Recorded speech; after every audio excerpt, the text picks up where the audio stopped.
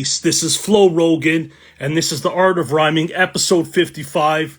Just because you rhyme doesn't make you an artist. You know how we do. This is something to aspire to. And tonight we got a very special guest. I'm talking Daniel Son, with all that he means to Toronto hip hop, Canadian hip hop, the underground at large, and the influence he's had with his run over the last 9 years.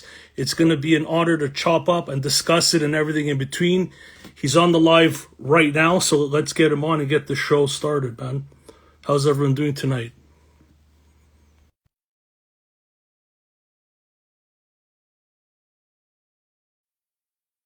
Tons of snow here in Toronto, man. 25 centimeters the other night.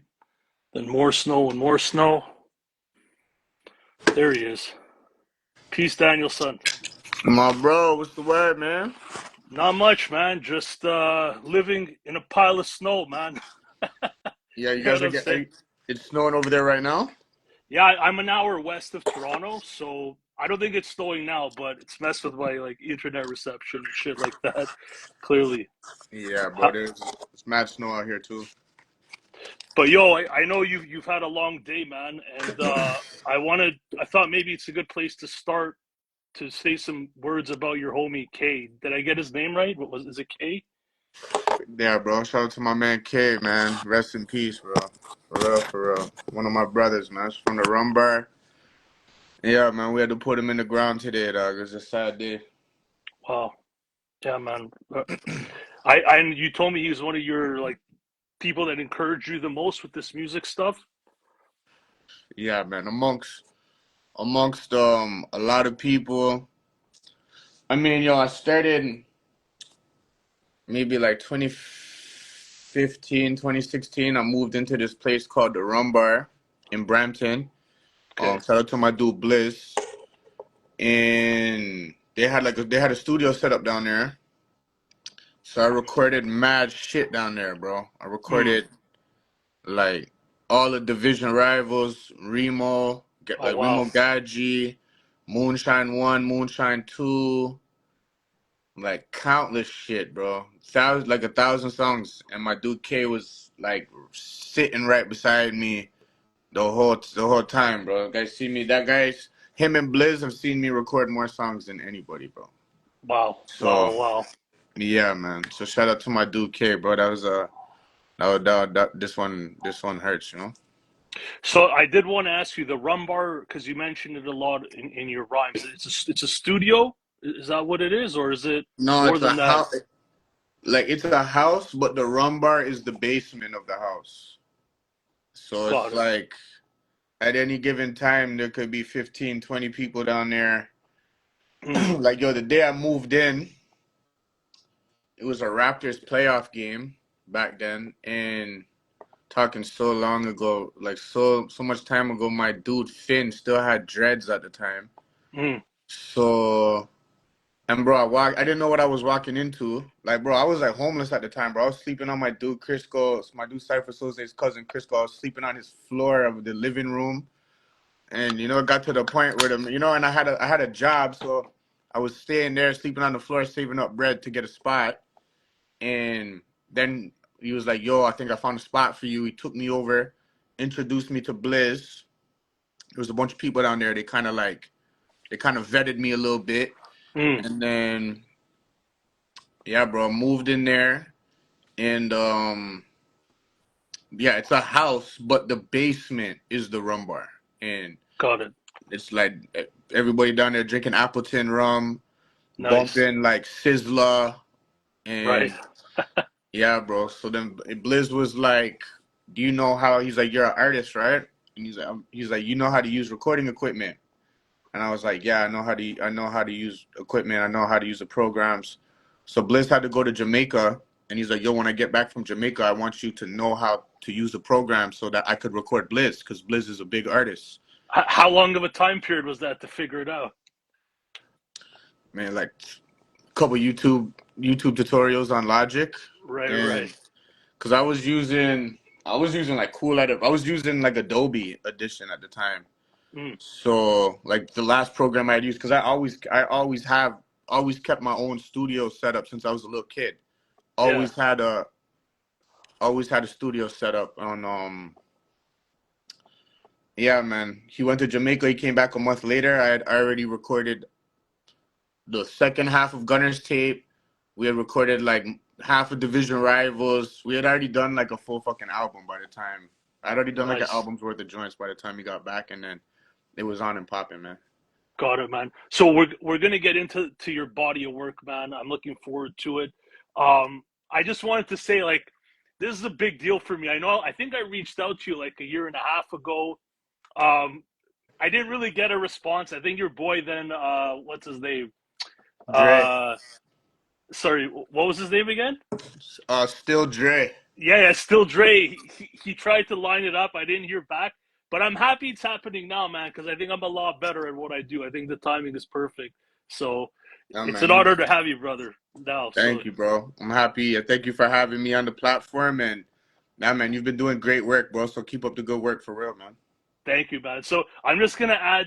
I'm gonna give you an introduction here. So I took several years off from really staying current on like underground hip hop and shit like that until a few years ago when I started this platform, and it's actually an IG homie from Buffalo, goes by Agent O. He actually put me on to you, believe it or Fuck not. yeah, that's the homie, man. You know him? Yeah. Yeah, good So dude, man. Yeah, good dude. dope, dope. So I was blown away, man. Like I never heard anyone sound so thorough coming out of Canada. And I spent like a month this last month going through your catalog entirely. And I feel comfortable saying that based on everything I've peeped out of Canada, I haven't peeped everything, but I've peeped a lot in my lifetime based on the quality, consistency, and just how you hit your target with your raps, that you are the best MC out of Canada, period. I feel comfortable saying that, man. That's at a minimum. So, That's what's yeah, man. up, man. I'm glad you feel that way, bro. Because there's a lot of dope artists out here, and yeah, man. I'm just trying to do my thing to, just trying to do my thing to add on to the culture that we got out here, and a lot of dope MCs, a lot of dope projects, a lot of good competition. So Yeah, I'm, definitely. I'm glad you feel that way, though, man. Because I feel the same way. Dope, dope. And honestly, just the impact you've had on the underground, like abroad, and just how you've been embraced for that like dark, grimy street hip hop style. I feel you're one of the great anomalies in Canadian hip hop, personally, man. So I wanted to say that as well. And just for comparison's sake, like I'm not even comparing you to Drake, but if someone was to mention Drake compared to you, like he has incredible highs in his music and his catalog, but the reality is I only mess with like 50% of his catalog or less.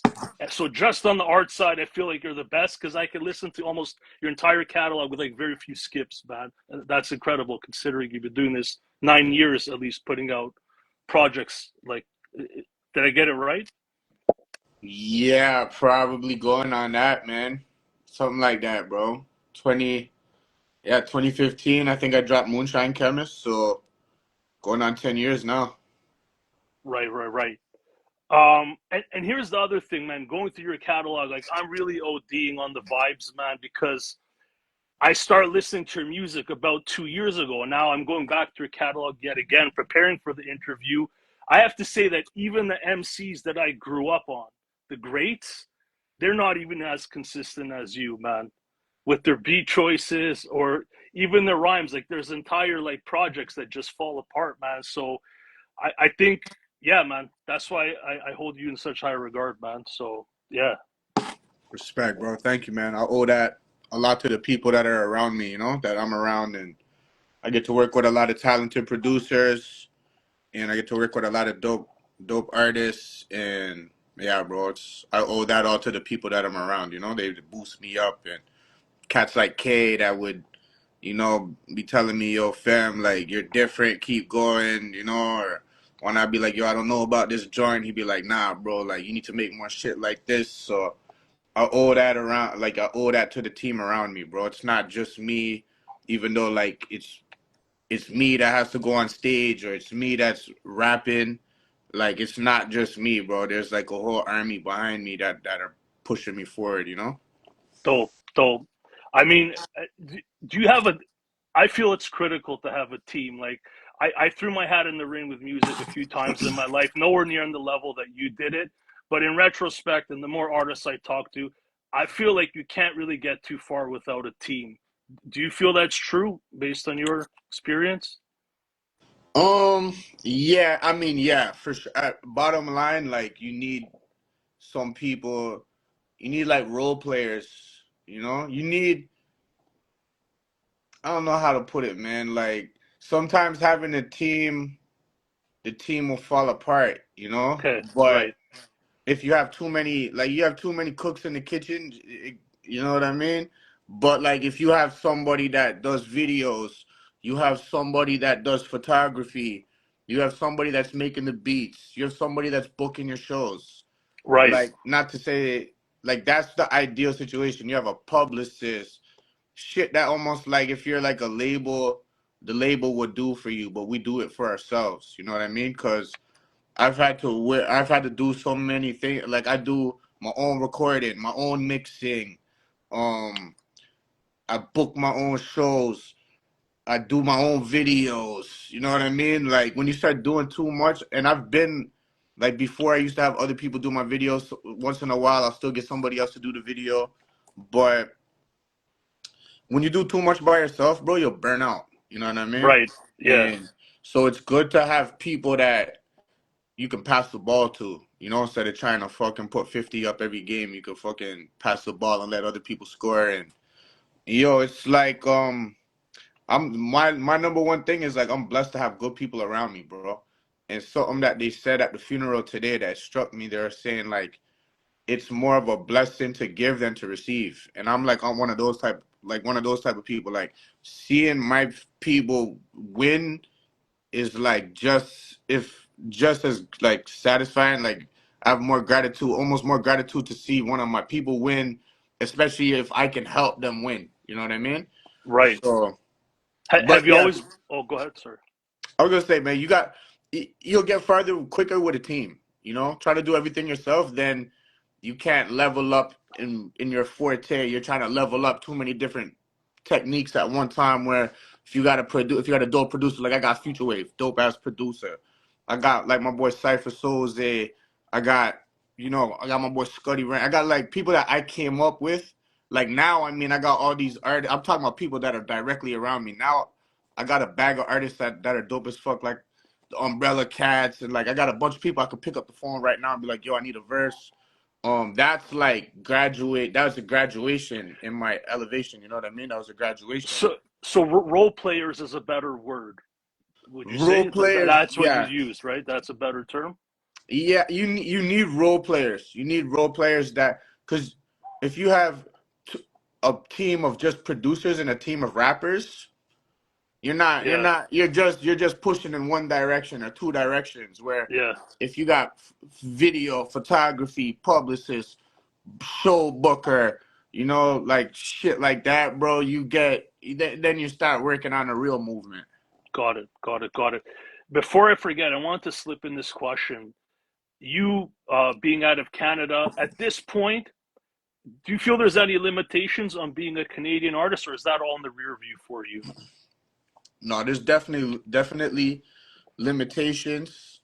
Nothing that I complain about, but like there isn't really shit popping out here, man. Like when I see the shit that goes on in the States, it's like, man, I gotta get a plane ticket to go out there.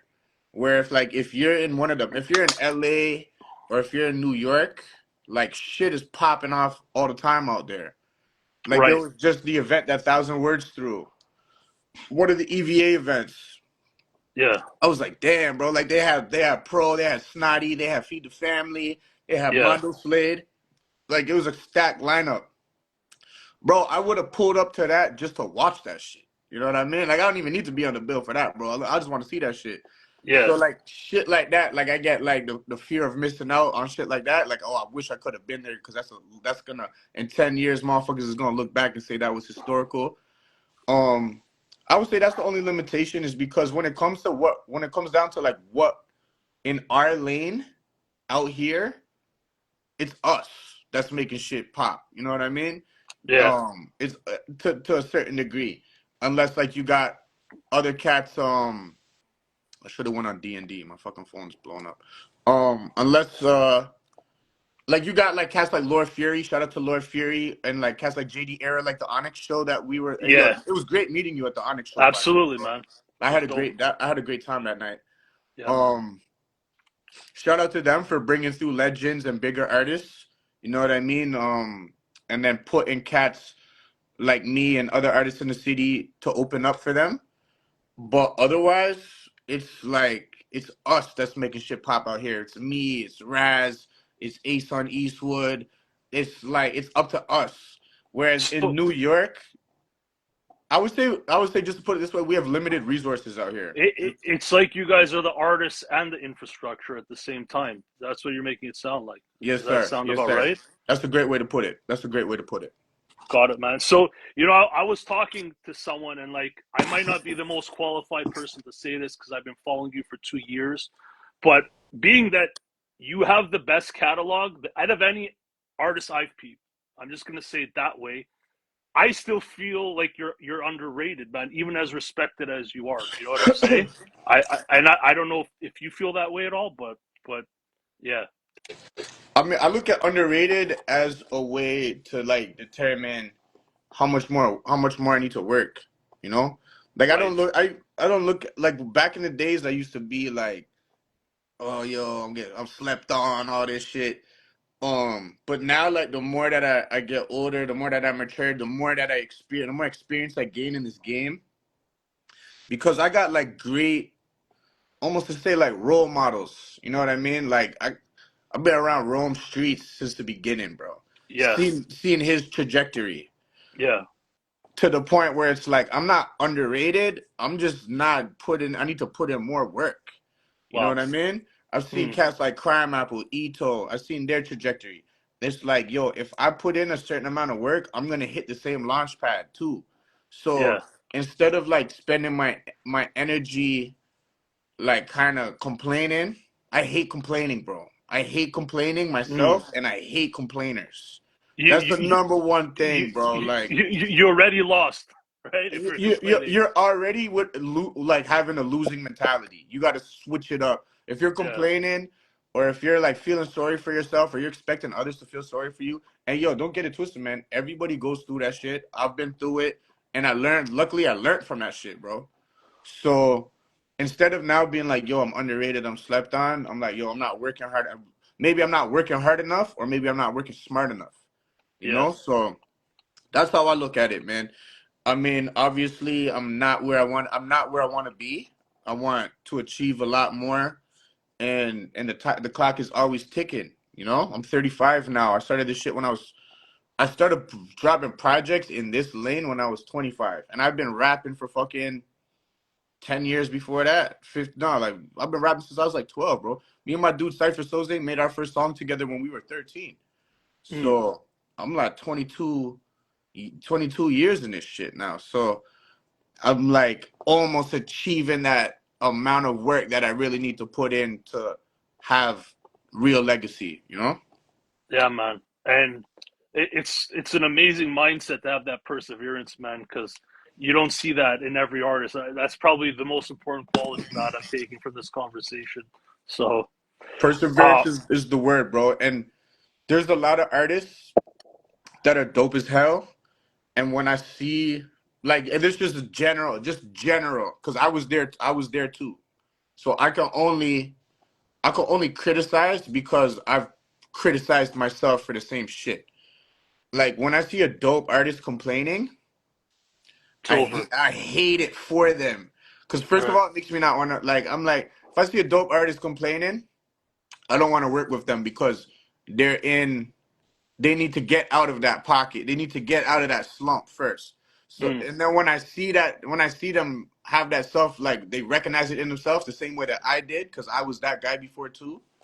And then once they get out of that little pocket, you see their numbers shoot up. So fuck the complaining. It's like you said, man. Perseverance is what it's all about, bro. bro, is there any chance to lower the camera a bit? If not, that's fine. I just thought I'd ask it. Any possibility? I'll move this shit. I got a little setup over here. Let me move Oh, this no shit. worries. Move some shit over here. Oh, it's fine, man. No, no big deal. Nah, no, easy. Well, I just got some shit.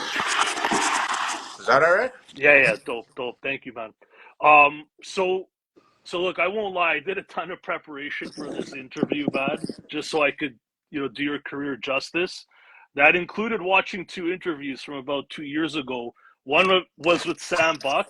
The other one was an interview in Denmark at some b-boy shop with Ghost Notes, Yeah. who you're about to release a new album with. We'll get into that.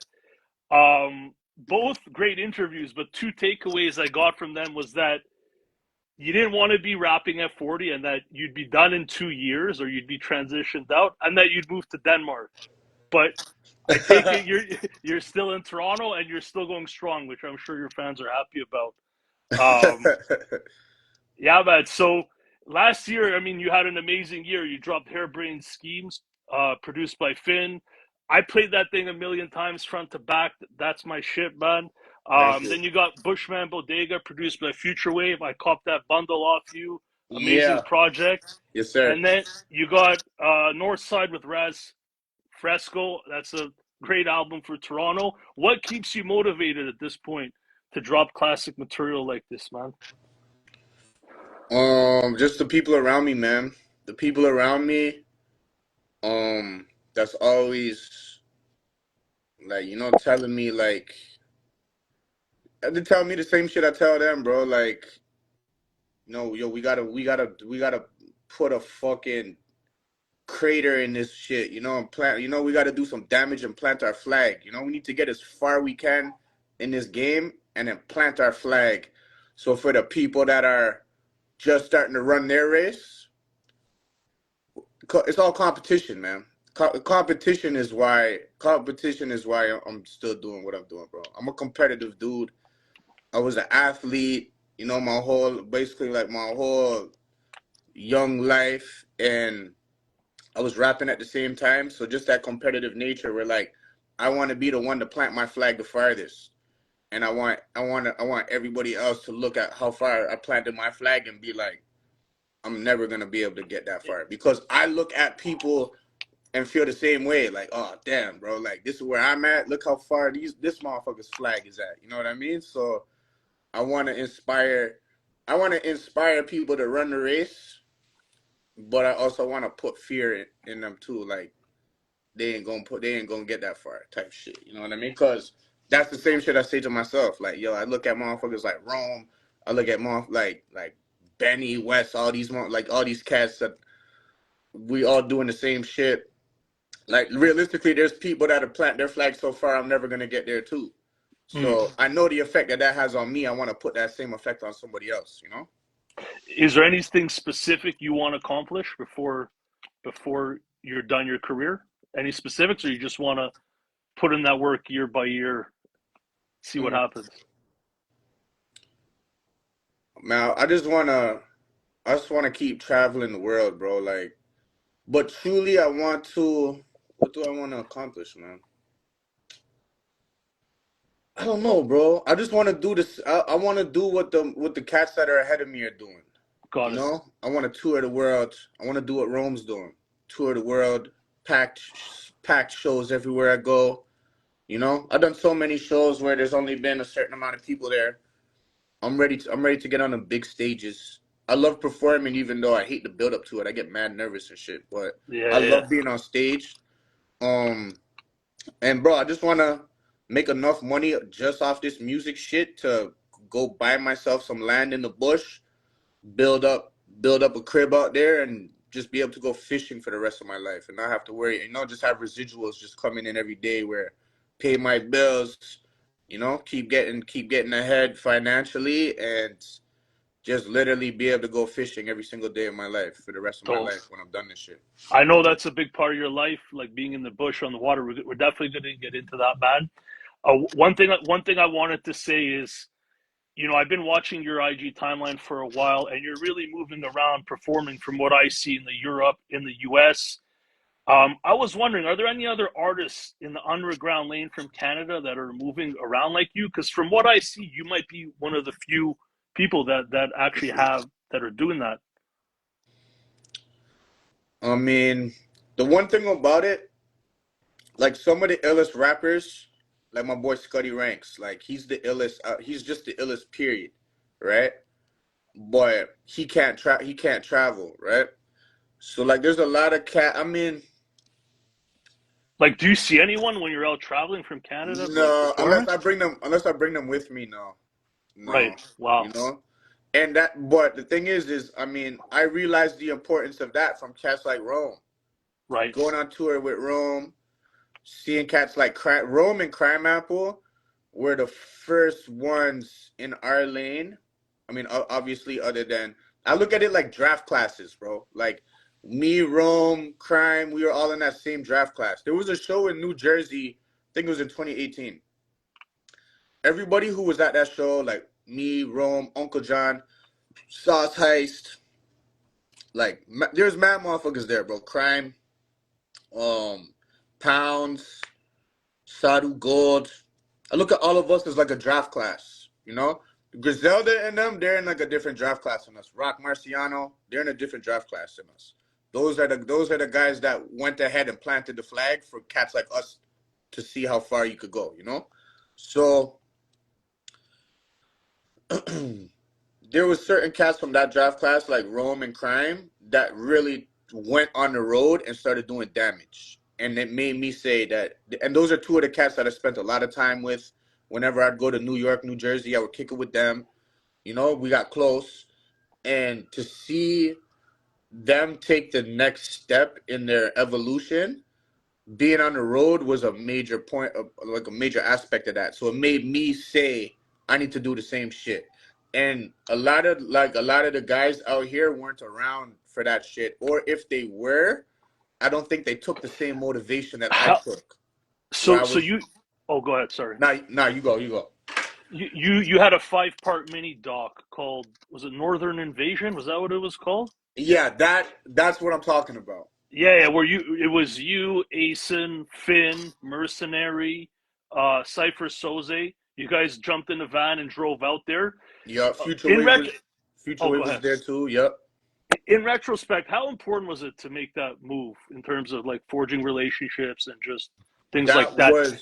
That was the genesis right there. That like of everything I'm talking about.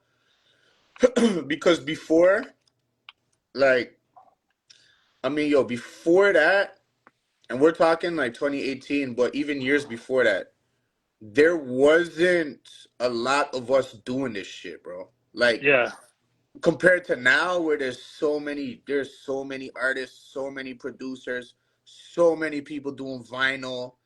Where like back then we were just compete like me, Knack, Aldovino, Code Nine, Uncle John, Rome, Crime, Sauce Heist, Supreme Cerebral from LA, Smooth, Husk Kingpin. Like, bro, there was maybe like 15.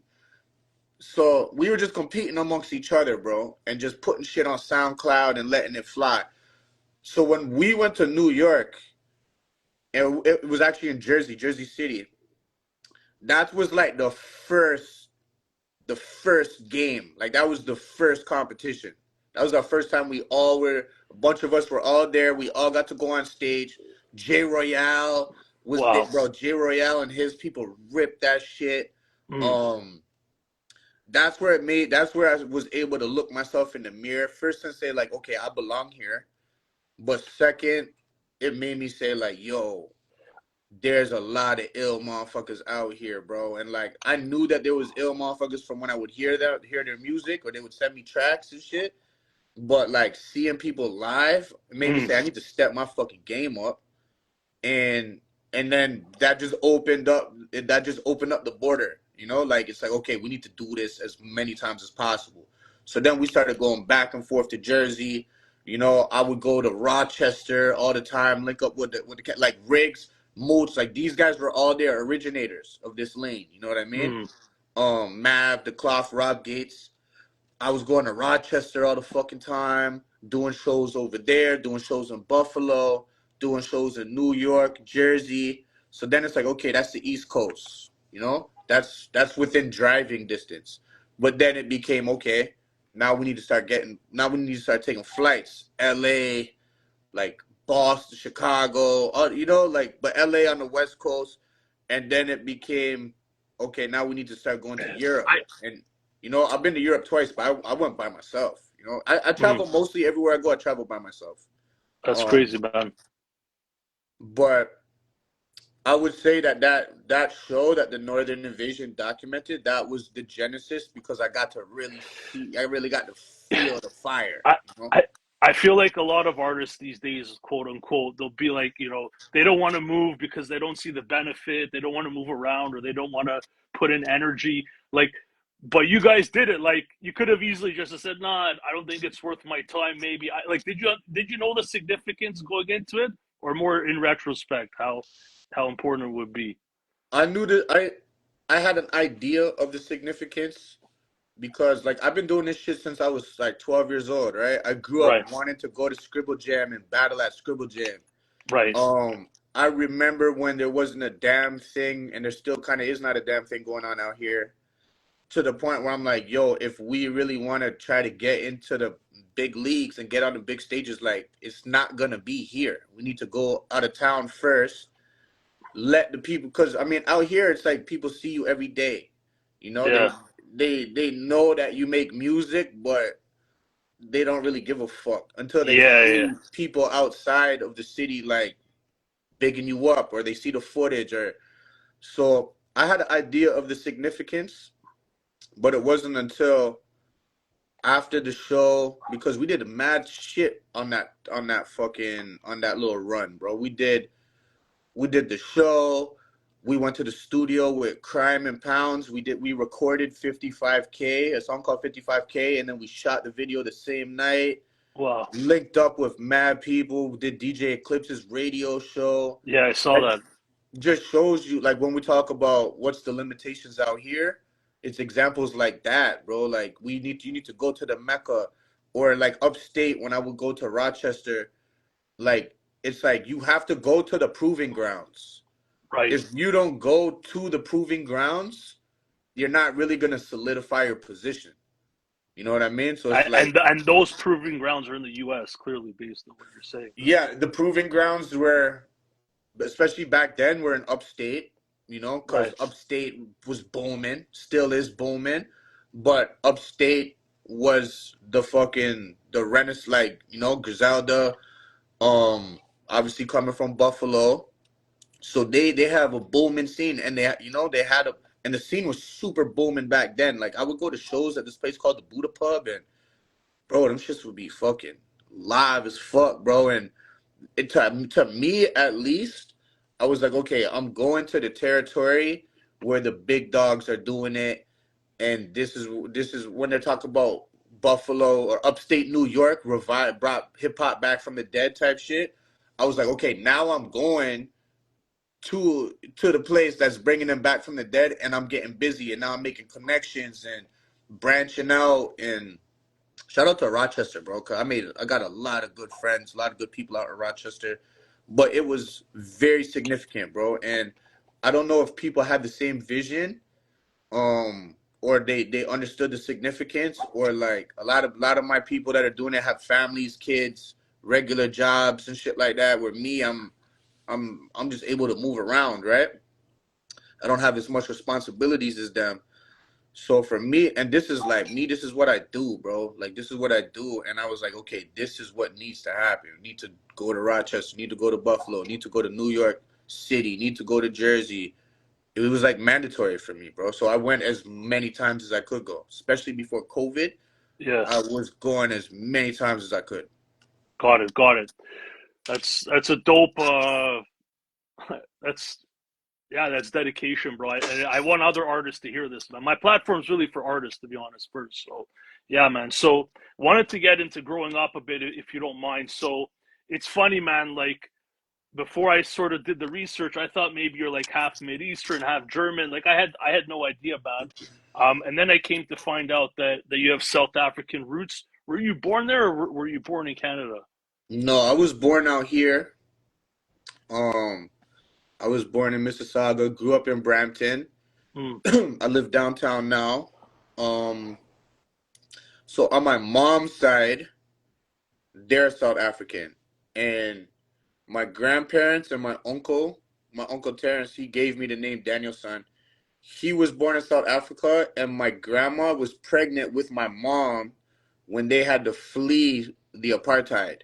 Mm. So my grandma took that boat trip while she was pregnant. So my mom was actually born in London, England. Um, yeah, because my grandparents, they had to leave South Africa while my grandma was pregnant. So my mom was born in London, England, and then they moved out here.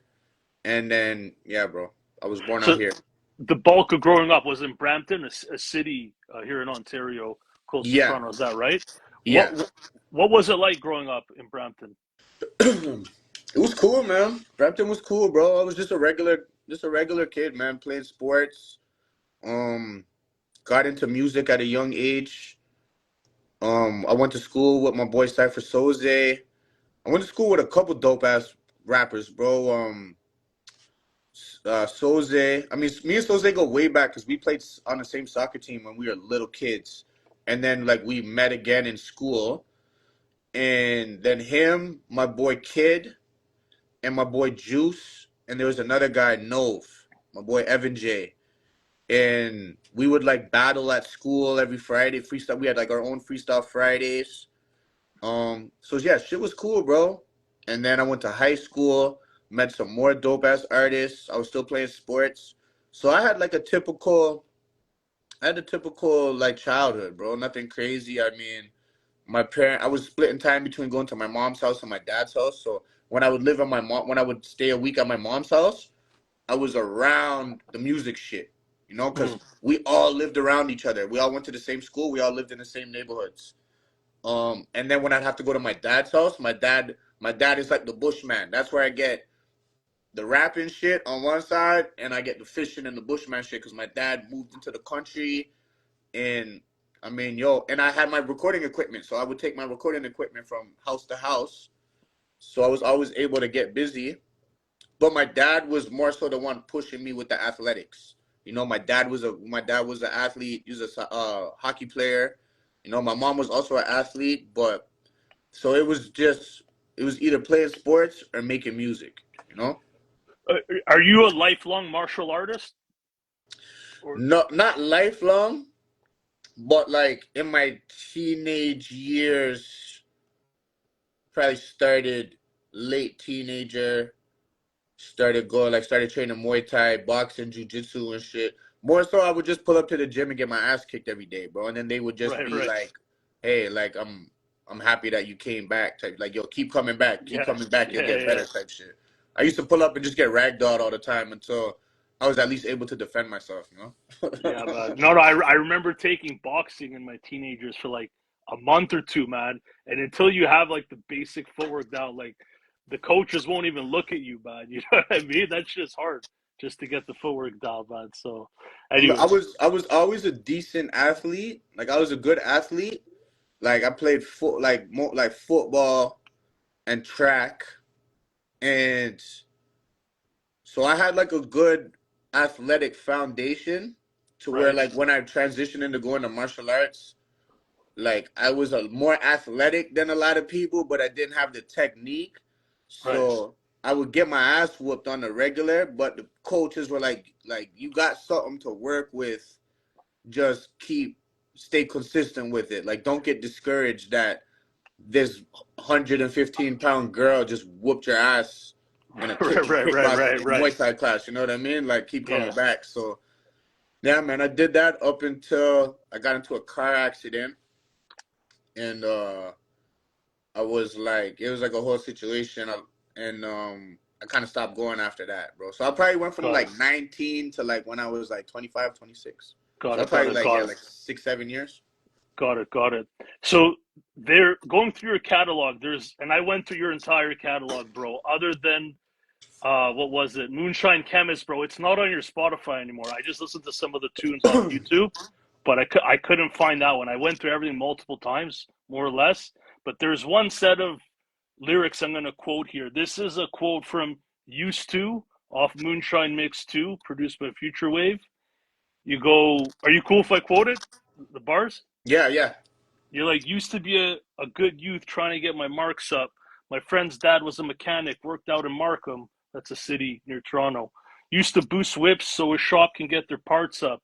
Needless to say, call him if you need a spark plug. I'm talking, oh wait, I was trying to get my SATs to play ball in Ohio, but I tore my fucking knee. Used to have a street connect with sell me quarter P's. He left me for dead. Can't hold no trust in the court of thieves. So can you tell us, if you care to, about this time in your life? Because I assume that's a lot of inspiration, or you draw from that time for your music. Correct me if I'm wrong. Yeah, man. Well, yeah, that's like that was when like I was playing football. I went to go to Buffalo to do. I went to Buffalo to do my SATs. I was supposed to go to a school called Ohio of Dominican University of Ohio Dominican. It was in Columbus, Ohio. I went to a football camp in Philly, actually Westchester, Pennsylvania, and I tore the camp up. Like I ran the fastest 40. It Wow. was me and my other boy Will Ali. We were the only two Canadians at the camp, and bro, I tore that camp up. And so I got scouted to go to this school. I had to do my SATs though. Did my SATs, and then I hurt my knee. So that kind of ended my football career. And then at that point, and like music wasn't doing a damn thing for me, bro. So then I started getting into, I started getting into trouble and shit like that. And yeah, bro, just a couple people around me, like one cat in particular, but I'm not gonna say his name. No, Man no would need be, to get anything you don't want to. I just yeah, man, whatever like you. regular shit, bro. Like cats was pulling up, stolen, like Yeah. young teenager shit, bro. Motherfuckers stealing cars, like cats would pull up, stolen bikes, stolen cars and shit like that. Just regular shit, bro. Like at the end of the day, like a lot of people that I know out here, I don't know nobody that hasn't. It's regular shit, bro. Got it. Just regular pulling up in stolies. Um, like I know motherfuckers that would have a new car every week. I know motherfuckers that would pull up on a new bike every week, never had a license plate on them. Motherfucker, we got too comfortable trying to outrun the police. And yeah, bro. A foundational time for me, but also if I look back on it, like a dark period for me. You know what I mean? Because I was getting in a lot of trouble, having to spend a lot of money on lawyer fees and shit like that. Luckily, nothing that prevented me from traveling, which when one particular situation happened where it was looking like it was over for me, I saw how close I got to tarnishing my own, like killing my own dream. And people around me also were like, yo, bro, you have been talking about wanting to go to the States and do this rap shit since I've known you, and you're out here running around doing stupid shit for no good reason. No good reason. So they were like, yo, bro, I don't want to hear, if I hear that you get in trouble like this again, because they put me in the newspaper and shit like this, bro. Like, some motherfuckers sat me down. Like, I'm lucky I have good people around me that sat me down and say, yo, bro, you need to fix up and look sharp, bro, because otherwise you're gonna regret this shit for the rest of your life. So yeah, man. Those are some good bars though, bro. Those are some good Yeah, bars, and man. yeah, man. They it come from a place of pain, come from a place of pain. A lot of my bars come from a place of pain. Yeah. You got to quote some bars in your new project, Estes Method. You're like, I something something. I speak pain fluent, something like that. But Yeah, I you, don't you, make you, music. I speak pain fluent. yeah, but definitely. So, wanted to ask. I've talked to Pro Dillinger like 3 times already. He tells me that when he gets into his mind state for his writing for sort of a certain period in his life, that he goes to like a dark place, like and it even taxes him mentally. Does it affect you like that, or it's not that heavy to go there when you I write? mean, a lot of the shit, like I make my best music when I'm in a dark place, Right. cause like music is like therapeutic for me. Yeah. So a lot of the shit, like especially a lot of the early projects, like Pressure Cooker, Remo, but specifically Pressure Cooker, bro. I was like in a dark place while I was making the album. you know. So to have, it's it's it's like you drop. It's either you're. That's why I have a bar about you either have to some like you either have to know or you either had to been there or you're going through it. So it's Mm, like you either gonna draw on life experiences from when you were there or you're currently going through it. So that's mm, like my process. Otherwise, otherwise I'm just trying to just rap bars, but a right. lot of it is like life experience or like I'm actually currently going through some shit. Like right now, like now that I'm like back, like trying to get back on a regular program, like I already know, like I'm about to make some of my best music right now, type shit, because I'm currently going through it, you know? That's crazy, man. Definitely 2024. Your music is as good as ever, man, in my opinion. So, wanted to ask you that period in your life, just the way, I guess, that street life, for lack of a better word, how does that, how does transitioning to music in terms of dealing with people, like, is it night and day how you would deal with people in the streets versus the music industry or with fans? Is it a big contrast or? I mean, I was always kind of like, I mean, I was never like, I was around a lot of the street shit, but I wasn't in the streets like my boys were in the streets, right? Got it. I was more like a politician. Like I'm able to move. I'm like a networker, you know? Got I'm a it. networker.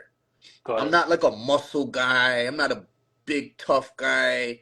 You know, I wasn't like a guy that was super getting busy. I was like a product of the guys that were super getting busy. So I had the connections. You know what I mean? So, but as to say like dealing with people in the music, a lot of these guys that you deal with in the music shit, either like they don't, I don't know, bro. It's similar, but it's also night and day because a lot of people pull shit in the music game that you could never pull in real life. You know, like internet shit.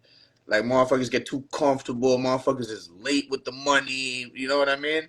You do Mm, that shit, like bro. You know somebody will turn you upside down and shake you for your pocket change. You know. Um, but the thing about it is when you do in a rap game, bro, you meet like nine weirdos and you meet one solid person. And right. when you're traveling, as much as I've traveled, I meet a lot of people. So I've been able to meet that 10%, 10%, 10%. And there's certain people that like really been through some crazy shit. Those are the people that I like relate to. And so I'm lucky that I've been able to meet so many people where I'm able to distinguish. Now I'm able to see like a weirdo move before it even happens. So now I don't even Mm, go over there. And I'm right. able to be like, yo, bro, this guy's the one. You know, this guy's the one. This guy's going places. Me and we relate, and like a lot of time we don't even talk about music shit. I can tell when I'm gonna be make a good connection when we don't even talk about music. We're talking about life. We're That talking makes about sense. That makes sense. football. You know what I mean? Talking Yeah. about fishing, football, family. You know, trading crazy stories. Those. So yeah, it's there's a between like to answer your question, dealing with people in the music game and dealing with people like when you go outside. It's different in certain aspects, but it's also similar in certain aspects because you get to relate with the people that you know you're on a similar path and you're like-minded, and you know you're able to avoid the obstacles that come with either someone who's obviously weird or like those people that are snakes. Right. You don't know that they're that you know they don't you don't know that they're venomous until they bite you type shit. Snakes is the worst on the ladder. Yeah, bro. Yeah, yeah. The snakes are the worst, bro. Like you don't know that they got venom until they bite, and then you're like, oh Right. shit, bro. I just got bit. I just got bit, man. So look, man, going through your catalog, man, like your work with Crate Division before we get into it was incredibly polished, like out the gate. Again, that's a crew out of London, England. That's a label as well. But I wanted to ask you about like developing your craft leading up to that. So you said you've been rhyming since you're like 13. Um, is that about right? Yeah. Um, And I understand you did a bit of key styling back in the day as well, like on the message boards, on the hip hop Yeah, message boards. that was like, yeah, that's when I was like 11, 12. I started recording and linking up with people. Like Soze came to my mom's house when we were 13. That's the first time I ever made a song with somebody, and I had to engineer the session and give a little bullshit mix.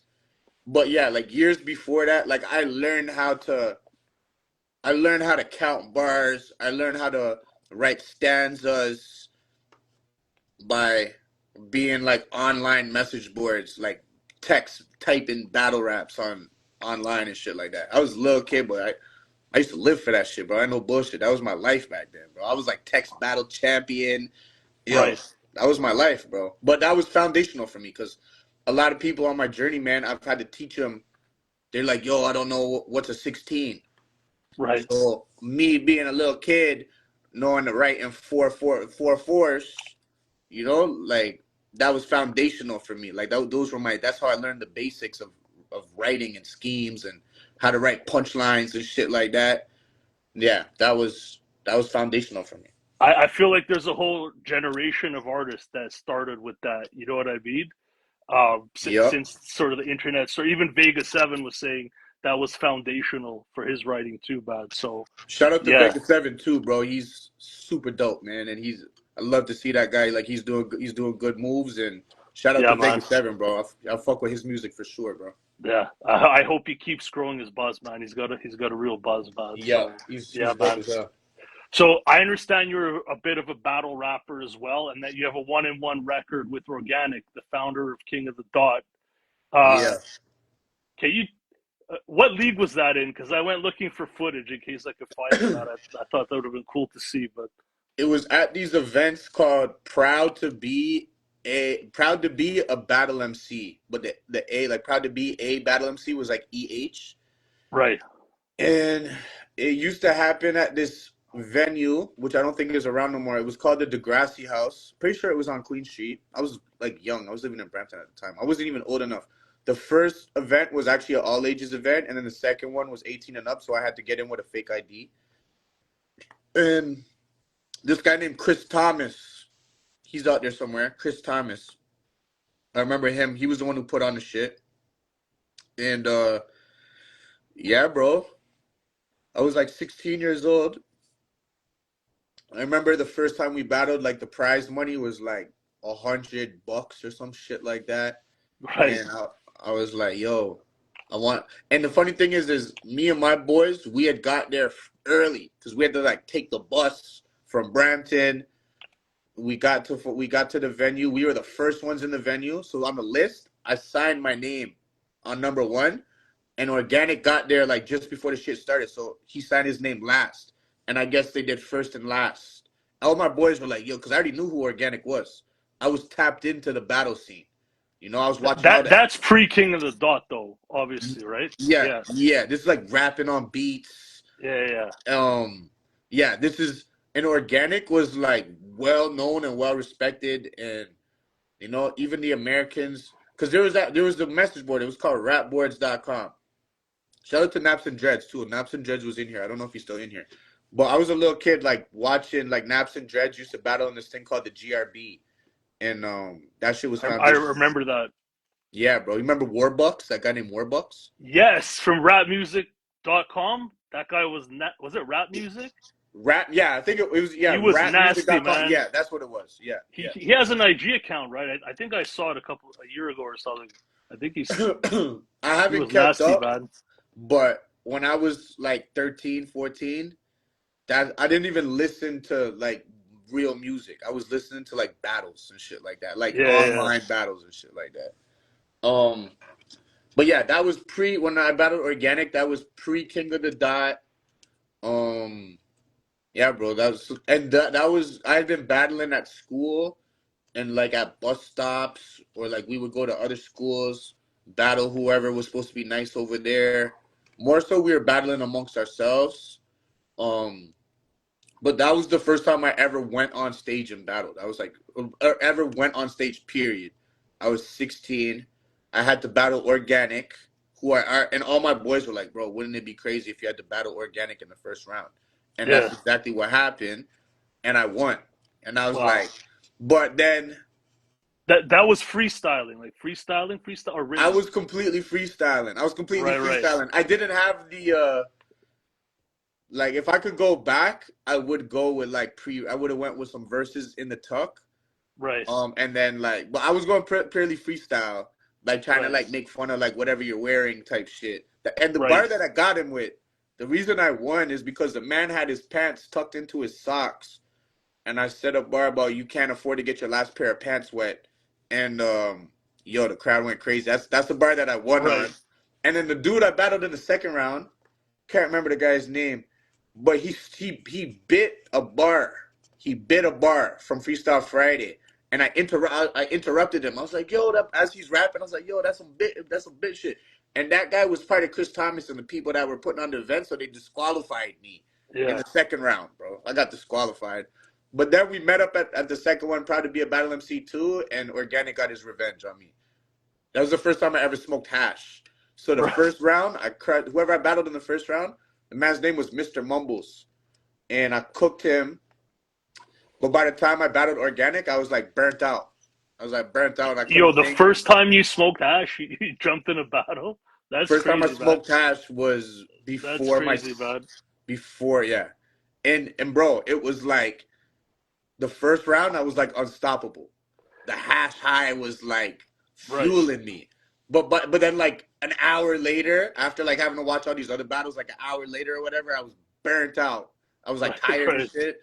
And Organic cooked me. And then yeah, we never battled again. But I remember Organic like reached out and was like talking about like he I looked up to him at that time, bro, because he was a little bit older than me, and he was killing shit, and he was respected by the Americans. Yeah. So like all of that is like the same reason I ended up like wanting to go to America, do this shit. I've been dreaming about this shit since I was a little kid. So Yeah, yeah, man. man. Shout out to Organic and King of the Dot. I never really caught up with King of the Dot because I was a fan of like battles on beats. Right. So I never really got into the acapella shit. And at that point, my boys were telling me you should transition into making songs. Like, fuck this battle shit. I used to follow it religiously, well, pretty religiously, but I've never been to an event, which is crazy. I plan on going to an event. At this point, getting back into this shit, there's just shit I want to do. You know what I mean? It's Yeah, like little missions for myself, anyways, back. But that's how it works. so you used to go by the name Disabled, right? Yeah.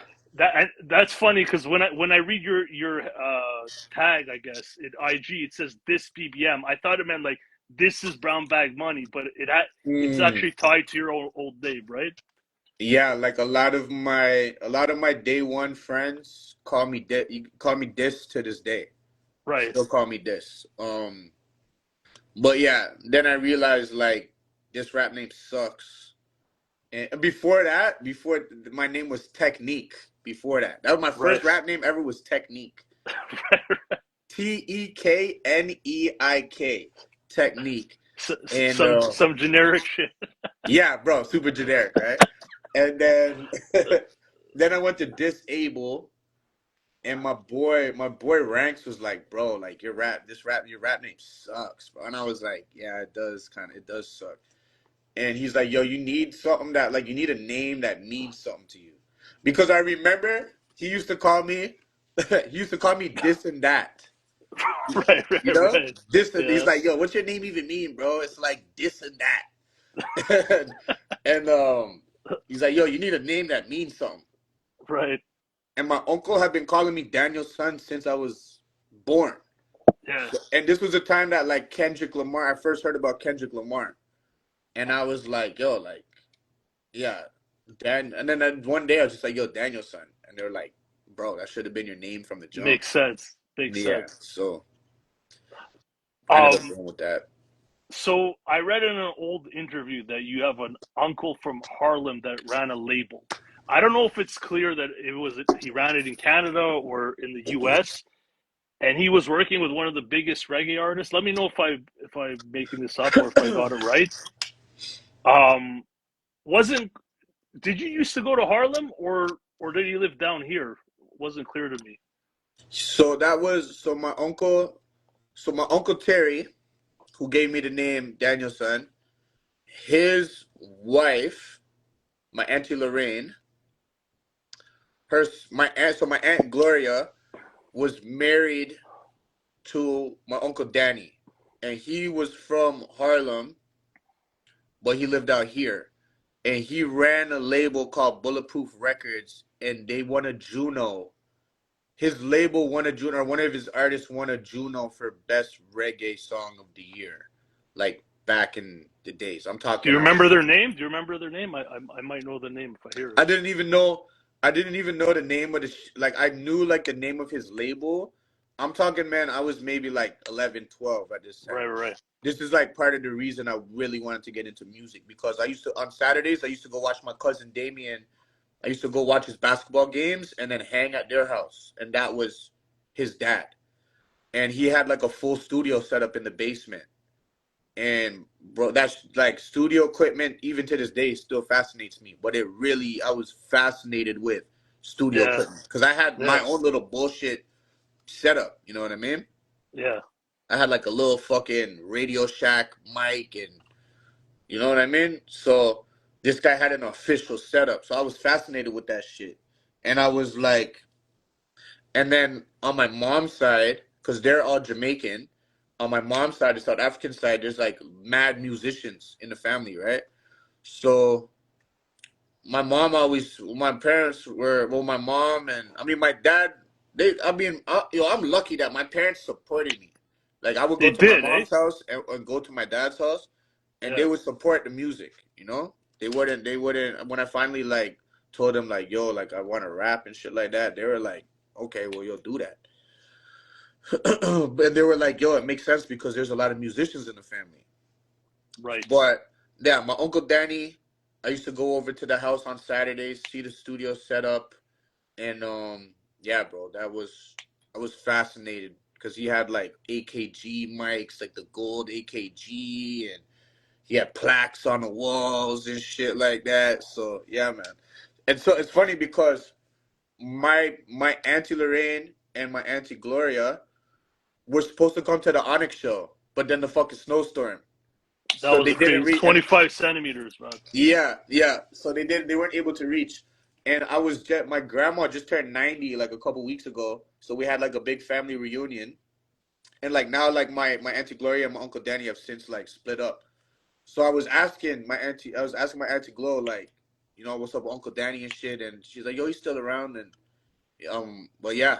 Yeah, man. I used to go over there, and that shit was inspirational for me. It seems like a huge boost to A, have a lot of musicians in the family, B, have an uncle sort of in the industry, and C, have parents that are supportive of you, bad. Like, I don't know if you even realize how much of a benefit that is to you, bad. Because I didn't have that stuff when I was pursuing music, bad. I think it would have been huge, to be honest. I'm grateful, man. Yeah, man. I was like, it was never a thing for me. Like at my mom's house, like I said, all my boys, we lived in the same neighborhood, right? It was never a thing for me to bring my boys to the house. And then we were living in this small ass house. We had the top two floors. We had somebody in the basement, small house. I would bring my boy Soze. I would bring all the boys over, but first off, it was Soze. It was nothing for me to be like, yo, ma, like, because I already had my setup in there in the laundry room. So as Right. long as my mom wasn't doing laundry, we were good to record. But we would literally be working on shit, and then my mom would be like, "Yo, I gotta do laundry," so she would try to Right, put, right.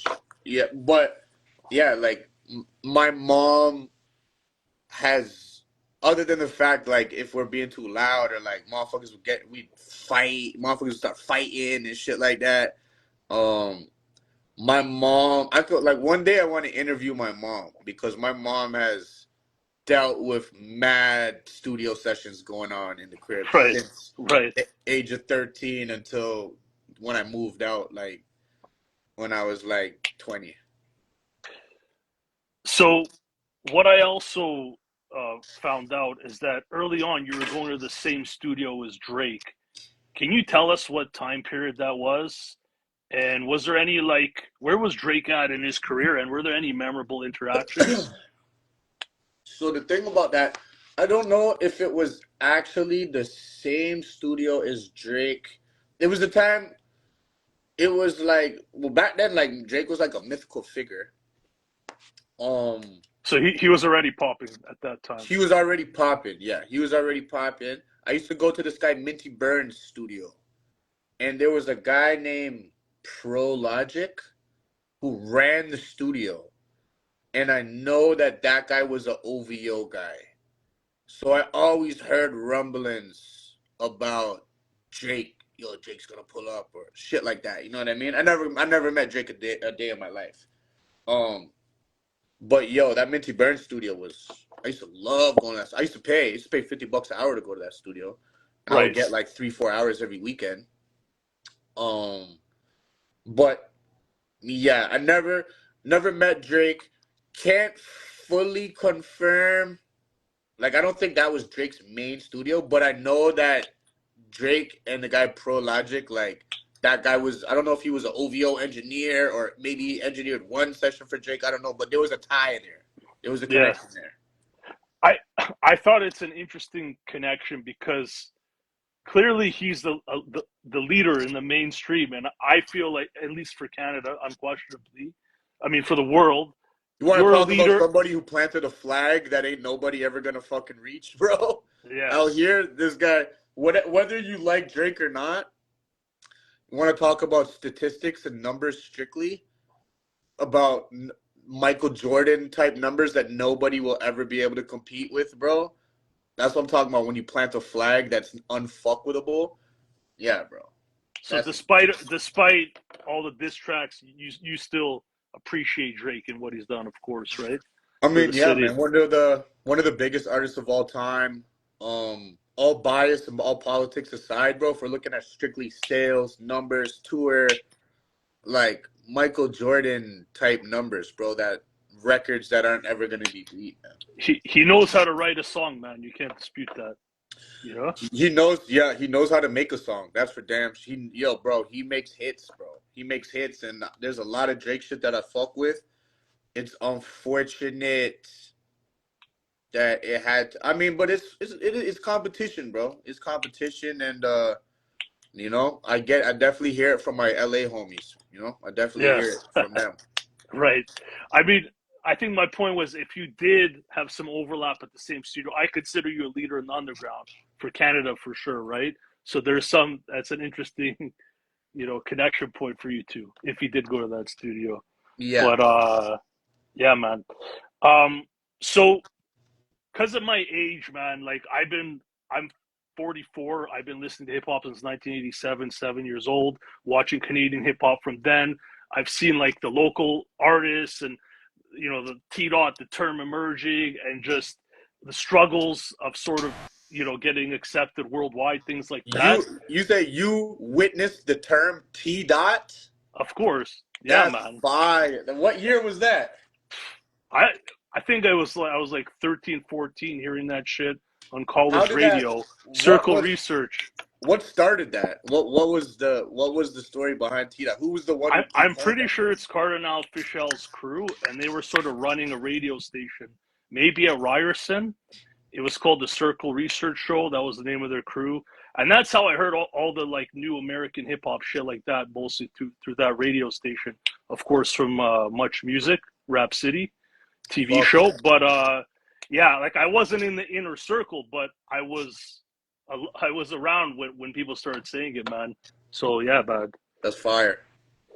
Yeah, so I tend to look at Canadian hip hop on a macro level, and I feel like an artist like you would eventually emerge, where you sort of do that grimy street sound, you do it thoroughly, no one can poke holes through it, like, and it's accepted abroad, right? Do you see yourself as being standing on the shoulders of previous Canadian artists, or to get here, or do you see as you just sort of did your own thing in the game?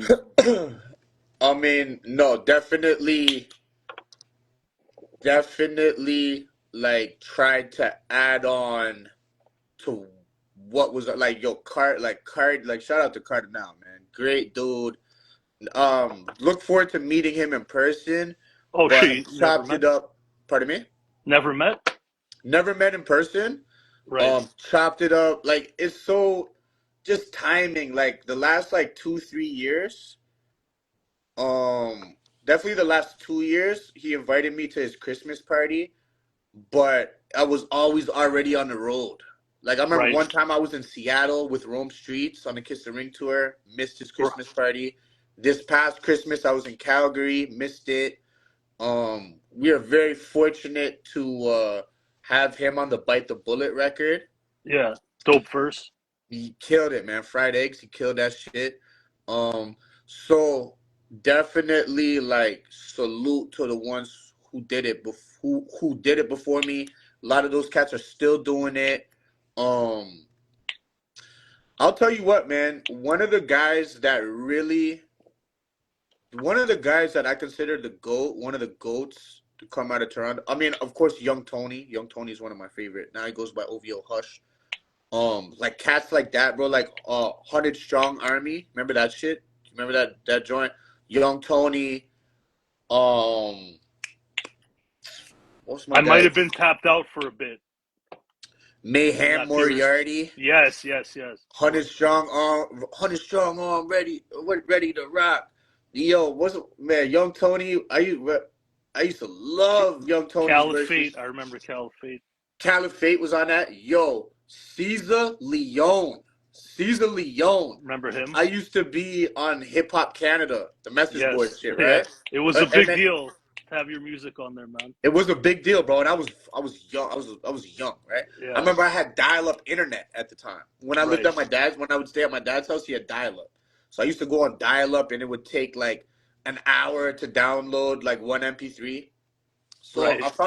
I heard this guy Caesar Leone, and I was like, like this guy he was like my favorite rapper, and I probably had only heard like 3 or 4 songs from him off Hip Hop Canada. So yo, one day I'm in the Rumbar basement, chilling. Right. I'm in the Rumbar. We're just shooting the shit, talking about inspirational artists.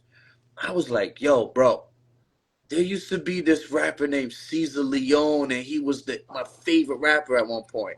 My Right. man Blizz looks at me, he's like, are you fucking kidding me? He's like, bro, that Caesar Leone was sitting right across from me. His name is Daniel. His name is Right. Daniel, right? Right. I had and him and Sazy. Shout out to Sazy. Sazy is Sazy's incredible. I'm interviewing him in a couple interviews incredible, from now. Yeah. and he was like a big dog, like because he had a run. It's crazy. Sazy's like on his second run right now, Yeah. because he had a run earlier where like Complex was covering him, and he was doing like a series of Dragon Ball Z inspired Yeah. albums.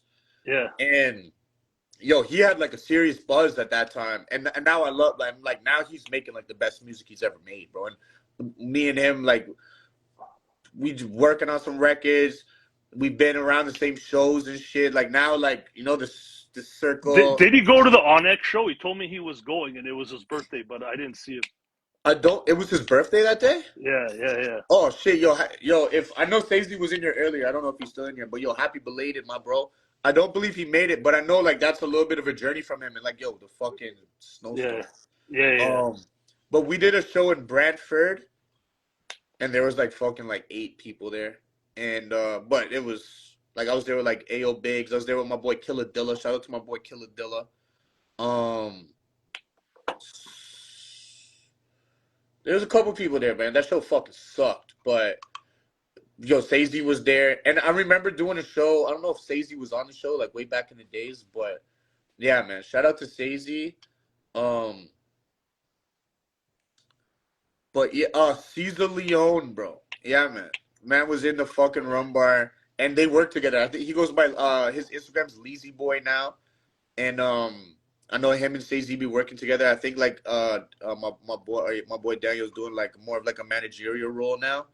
But just to go back to the original question, like I'm grateful to be able to add on to this Toronto shit, bro, because there are people that paved the way And another one I consider a goat, a guy named Dre Bars. It was unfortunate that we ended up having some politics that was like fucking stupid as hell. But Dre Bars, if you're not familiar with, are you familiar with Dre Bars? T No, Grams, those guys. no. M3G, like Madman, Murder Gang, um, bro, legends. T Grams, legend. So Dre so. Bars, Oh, go ahead. Go ahead. Dre Bars, he's locked up right now. He's been locked up for years. Um, he has an album called The Gully Demon. I highly recommend that album, All bro, right. because that and his producer Nugs. Shout out to Nugs. I remember like the first time I ever bought beats, I bought like 10 beats off this guy one time. He came to the crib and like he burnt me a beat CD. They made an album together called The Gully Demon. It's like the Jamaican Slim Shady LP, bro. It's the Wow. illest shit ever. And that taught me the importance of one producer albums. Mm. You know, like, but it was subconscious because then when I ended up going on to work with like Yellow Point and the Crate Division dudes, and I would make one, and then that just Yellow Point, Remo Gaji, and then obviously Futurewave and our discography. But when I can trace back to the genesis of what made me want to make one producer tapes and curate a whole vibe with one producer, it's the Gully Demon by Dre Bars and just shit like that, bro. Like I wanted to be like those guys, you know what I mean? Because I could actually reach out and I'm in the same I atmosphere. I was putting out music between like 2009 2012. I didn't get on Hip Hop Canada, but the artists I remember from that period, Raz Fresco when he was starting out, Tory Lanez, Tona, Sazy, like I remember all those dudes. And then I tapped out for a bunch of years. I'm coming back. It's dope to see where Raz Fresco's at. You know what I'm Yeah, saying?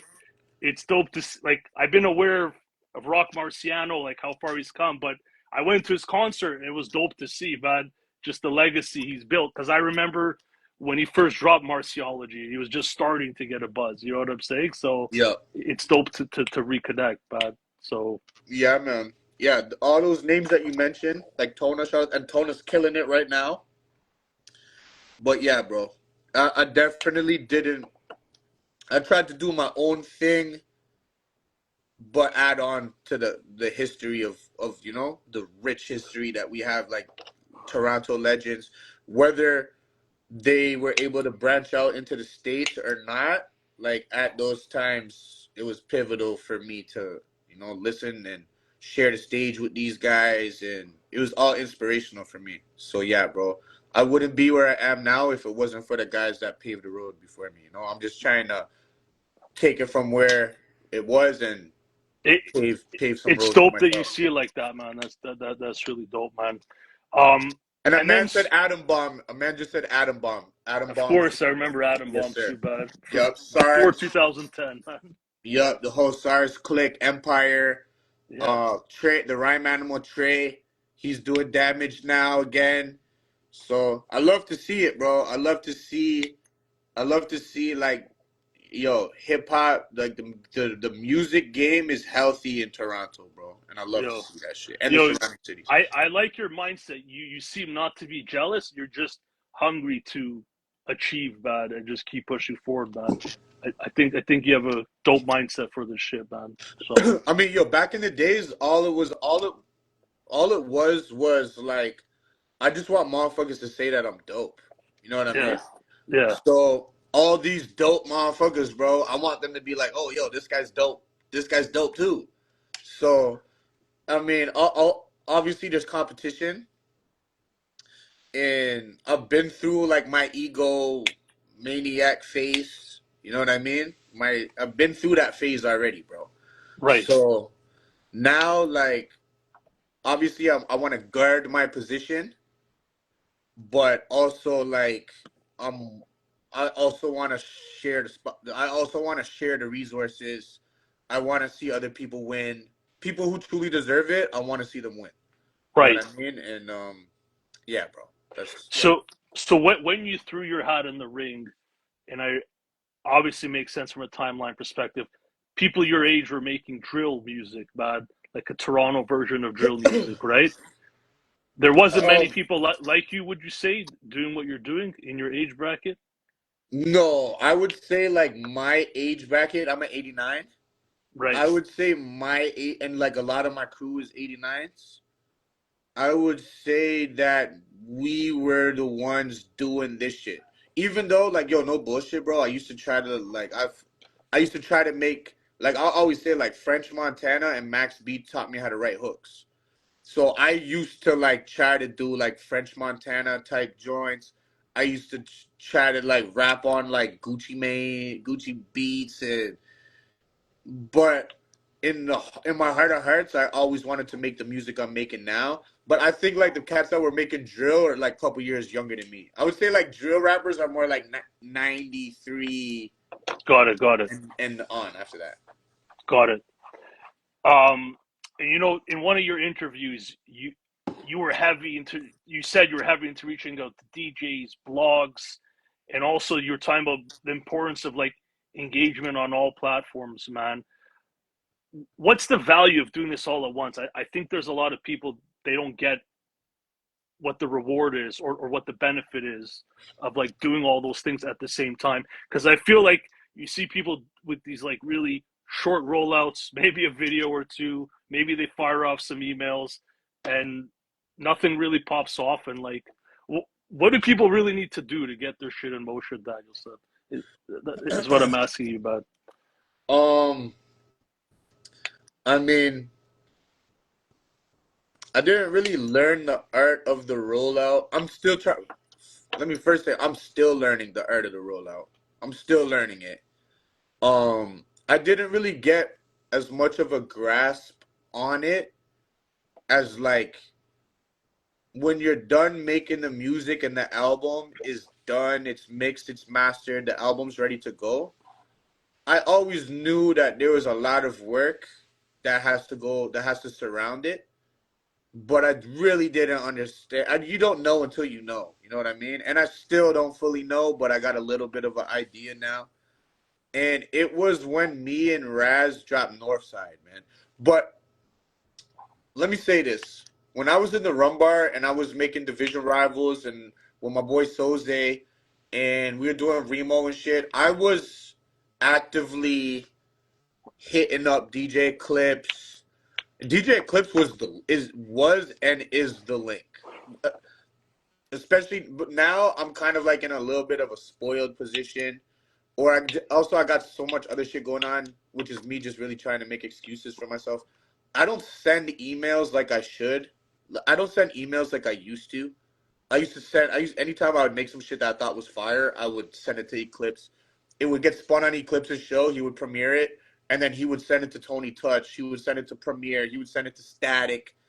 Now I'm kind of a little bit lazy in that regard, or like I'll drop something, and now that I have these established links, they'll pick it up. Um, but truly, I should be sending more emails. But when I talk about when we did the North Side shit, and Raz is like the hardest working dude that you could ever imagine. Between Futurewave and Raz Fresco, like for me to have these two guys to draw inspiration from and see how hard they work. And but Raz was like, bro, we shot mad videos. We were actually working with a label with the Northside shit. So the label gave us a certain timeline, but it was up to us to fill that timeline up with product.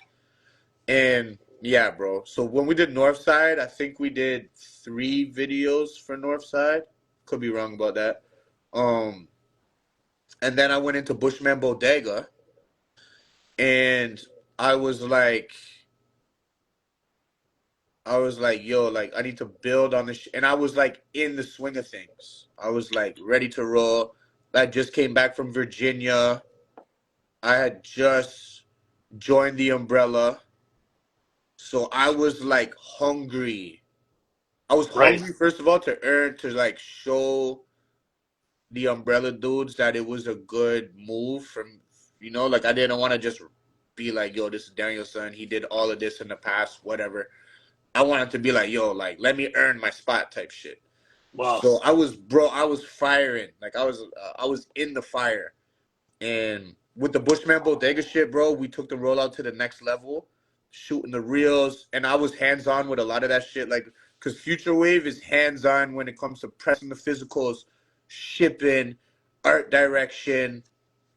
So Futurewave does so much that I was like, how can I make sure that I'm carrying weight as well? I don't want this Mm, guy carrying all the weight. You know what I mean? right. Because Futurewave will carry all the. That guy is built to carry all the weight. Um. So I was like, what can I do? And I can shoot and edit videos. And so we structured the rollout with a whole bunch of reels and actual official videos surrounding that. So what does the artist need to do to get their shit out there? Should be emailing the DJs, establishing connections, establishing your network. Truly, you want to meet these people in real life so that they can get a understand of whose music they're actually playing. I've been fortunate to meet Eclipse, who's like the fucking one of the godfathers. Um, you want to be emailing these DJs. You know, shout out to the DJs that are killing shit. Shout out to DJ Brown, Soul Assassins Radio. Um, you want to meet these guys. You want to be hitting them up with the emails, sending them your shit. You want good photography. You want good pictures you could post on your IG, and you want your music videos looking good. You want physical products to be able to sell, so you can capitalize on any momentum you're able to establish. And you know, you want to have a good digital. You want to have a good digital plan. You know, you want to have your pitches strong. Try to get on some playlists. And if you're able to put all of those together, and then you want to plan some shows around it. You know what I mean? You want to take that shit on the road. So if it's like it's February now, if I know I got an album dropping in June, I'm already hitting promoters about, yo, I'm trying to plan some shows in June, give everybody time to promote the shows so that they're gonna do well, you know? And if you can get all those things in motion and you can fucking branch it out, you got your product right here and you fucking branch out around that in all directions. You know, it's a good chance that you're gonna have more success. It's guaranteed you're gonna have more success than if you didn't do all that. I think people are grateful to hear this from you directly, man, with what you've accomplished. I just want to take a moment to shout people out, man, in the chat here. Jay Roberts, Augmatic, Fuck yeah! Shout out Jay Kin Roberts. Chosen, Vinyl Hustler, Trey, Shout out my. B1, This Yep. is Hip Hop, and more. How's everyone enjoying this, man? And Danielson, are you good for time, man? I still got more for you, man. Are you good? Are we good? Yo, I got shit to do, bro. I got shit to do, man. Just keep it rolling. Thanks, bro. This is dope. So I wanted to talk about like your style and your influences. I like to get nerdy with the shit and break the shit down. I spent a lot of time writing over my lifetime myself. I know you said your favorite rapper is Redman. When I listen to your music, I don't really think Redman, but perhaps in your delivery, you got a real forceful delivery, kind of like MCs from that era. Is that what sort of rubbed off on you from that era? If that makes sense. No, it was more the Green Eyed Bandit beats, man. The beats, the beats. I mean, obviously the overall song, because like I think Redman is like when Redman was in his bag back then, bro. Like that was my favorite rapper ever. Muddy Waters is my favorite album ever.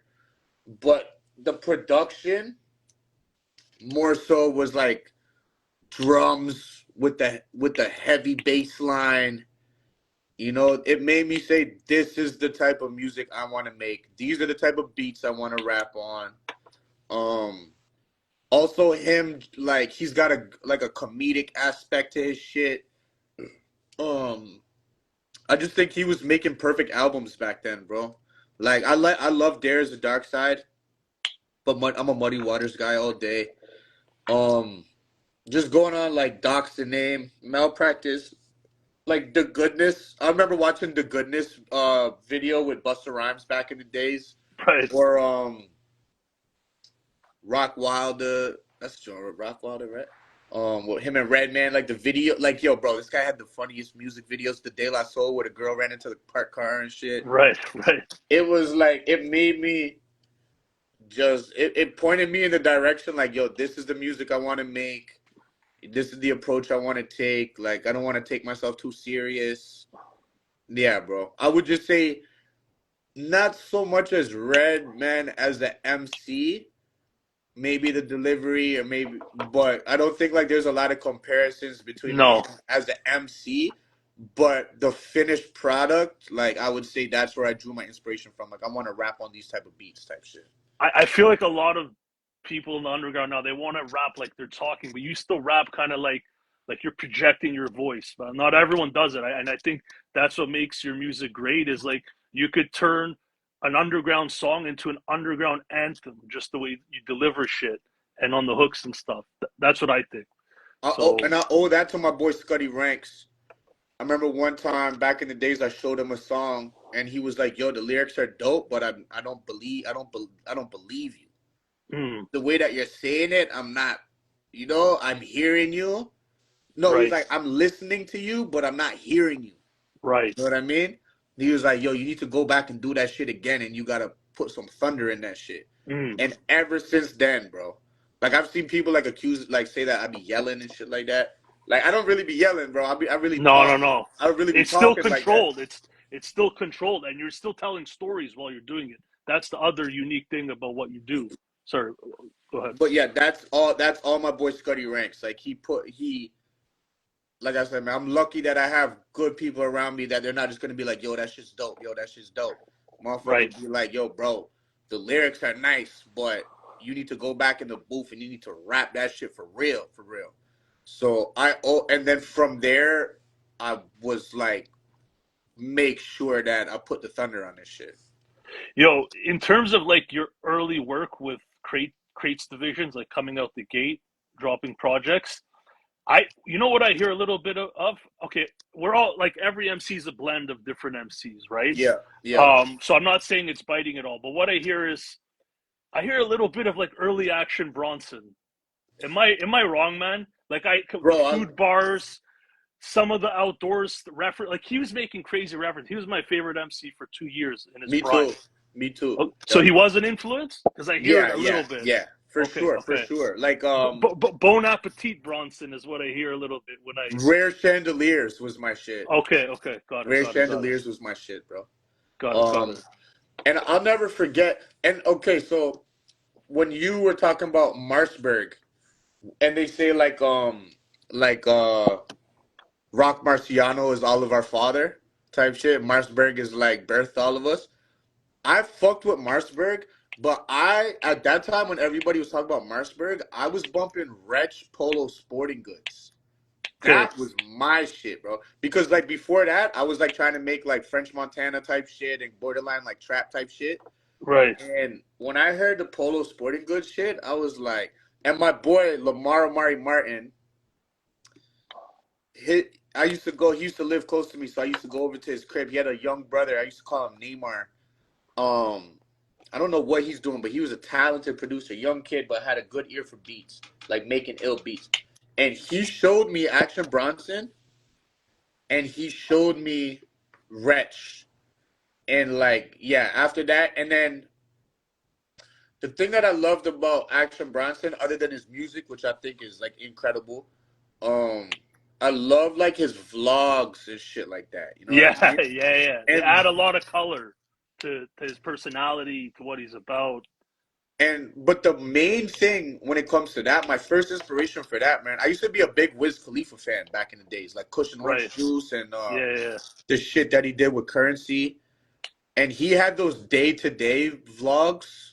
I used to watch those shits all the fucking time, bro. And yeah, man. So like that just comes to like one like if the good thing about vlogs, which I need to do more of, is like if you're not actively releasing music because if you try to drop too much, you'll oversaturate. At least for myself, Yeah. like you can always drop a vlog and like stay connected with your fans that way. But yeah, man, Action Bronson was definitely an influence on me, and yeah, Rare Chandeliers is a classic in my Yeah, opinion. man. I love that, man. He was my favorite MC for 2 years, man. I was digging for all his like Lucy's and everything, like 2 years, and then I sort of fell back from digging for hip hop because I was, whatever. I'm not going to get into it, but just watching it from a distance, he was my last favorite MC before I sort of I stepped back remember a bit. too, like Mayhem Loren too. I remember when Ito, shout out to my man, shout out to Ito. Ito was foundational for my career. Um, when he had that joint with Mayhem Loren on the Omerta album, and thankfully, like, I'm very grateful to be on that album as well. I was like, damn, like, yo, this, cause I'm used to hearing Mayhem on Action Bronson shit, and I was like, damn, yo, Ito got a joint with a Mayhem verse, and that's when like it opened my eyes to like, and yo, like obviously I'm like a major Vidon. I've been a Vidon fan. I was a big Vado. Yo, Vado was my I peeped Omer the first time today, bro. It was fire, classic record, right? bro. We talk about foundation for this lane that we're part of. Muerta is one of them ones. That um Crime Apples, Aguardiente with Big Ghost. Um, yeah, man. There's a few, bro. Like there's a few of them, And, bro. and from what I understand, that feature verse that you did on Omerta was a big deal for you. That was pivotal for you. And bro, I was such a Vidon fan, and same with my little brother. My little brother's name is Colin, and like I remember like Vado Large on the Streets. That was like that was my joint. All the shit that Vado did with Vidon, like kind of like before they started working with A-Rap Music, like the Vado shit is like there's a joint called Turning Point. There's a whole book. Man, Vidon is a fucking legend. So, and my little brother Colin was such a Vidon fan that and my brother's sick with the graffiti, his tag was C-Don. So when Ito hit me up, we had already been chopping it up and doing joints. Like he was on Gunner's tape, he was on Remo Gaji, and then he's like, "Yo, I'm working on this tape with Vidon, and I want a verse from you on this Vidon shit." Wow. I was like, and I remember that was like one of the only times I was in the rum bar like by myself, and I think like Blizz must have been in Jamaica or some shit. And bro, I was nervous as fuck recording that shit, bro. I felt like I was on stage. Like I felt like I was about to go on stage. I was nervous. Wow. I did the verse. Normally I'll like do my verse in the first couple takes. Bro, it took me like 10 fucking takes to do that one. I'm like, yo, this isn't good enough. This isn't good enough. Right. Probably the first take was probably my best take, but I was That, overthinking it. that's usually the case, first or Yeah. second or third. I find. Yeah. But yeah, that was major for me. And Ito's such a good dude, man, and been fortunate to link up with him a whole bunch of times. Fortunate to actually was able to go to Vidon's studio during that Northern Invasion trip. Um, yeah, bro, great dudes, legends, and yeah, man, I'm a I major fan. I I interviewed Superior. You know Superior, obviously, Yeah, and Ito also set off his career. I think 2018, 2019, he produced an album for him. So it's cool that he has that effect on people's careers. But I also see you supporting people like Ayo Biggs here in Toronto, Jay Roberts. Saying a good word about him, some verses and stuff. Um, what do you get out of sort of, I guess, paying it forward? Like, what's in it for you, man?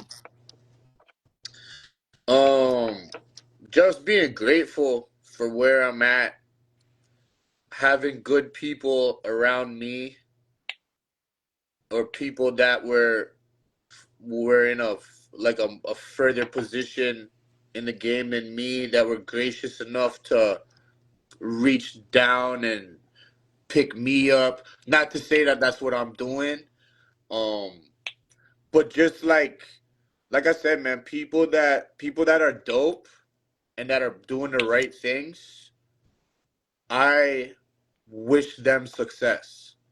And and yo, a lot of this game for me was trial and error, A lot of it was blazing a trail blindly. And, I'm just grateful to be where I'm at right now. Still have a whole lot of work to do to get to where I want to be at. But when I see somebody who's dope, I fuck with their music. I meet them in person. They're cool. I see them on stage. They have, I just see all the qualities that I'm looking for in an artist for me to believe in them. Um, you know, um, if there's something that I can do to help, whether it's doing a verse or um, whether it's doing a verse or giving, I'll be taxing. So if it's like giving a verse or giving a discount or whatever the fuck, bro, you know what I mean? I feel like I owe that to the game because I had good people around me that did that for me. Like Ito did that for me. That's dope. Ito truly did that for me, bro. Ito didn't have to work with me, So yeah, it's like you said, paying it forward, bro. Because back in the days, like man, I used to be like, yo, fuck everybody. This is my fucking house, and I don't want nobody else trying to move in. Now I'm like, yo, bro, like if there's somebody who deserves it, in my opinion, like fuck it, bro. Let's mob up, bro. Right. Let's train the units up. Here's one talent you have that I don't think you could train for, in my opinion, and that's the way you paint pictures, the way you take people to the scene of the crime, so to speak, in your raps, or take them to the fucking bush or whatever. It feels like you're riding shotgun through like the grittier streets of Toronto. Like that's how I feel when I'm listening to your music.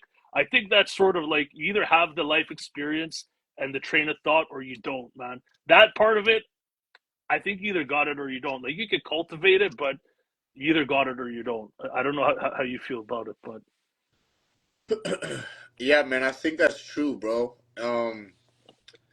And like, yeah, like same way, like I said earlier, bro. Like I wasn't the crazy, like I was around the guys that were really like I would get the phone call. I wasn't the one planning shit. I was the one getting the phone call, like, yo, I'm outside. Come outside, let's go. You know right. what I mean? So I was like a byproduct. Um, but needless to say, life is life. Um, but yeah, bro, like you can tell when somebody is, and I mean sometimes you can't just tell by the music, but like when you meet somebody in person and shit like that or whatever, how they carry on like different antics, social media antics. A lot of people burn their own ship just on social media. You know what I mean? To me, it's kind of like Nas. Like you can't train to be like Nas or to have that train of thought the way he rhymes. And in one verse, he's taking you into the fucking outer space, then he's taking you to a different country, then he's talking about history. Like he takes you so many places in his verses. And I'm not saying that's what you do exactly, but you take people somewhere and like, yeah. Anyways, I feel strongly like you can't train for that I entirely, think man. it's a So lot of times like when I think of some of my favorite artists, right?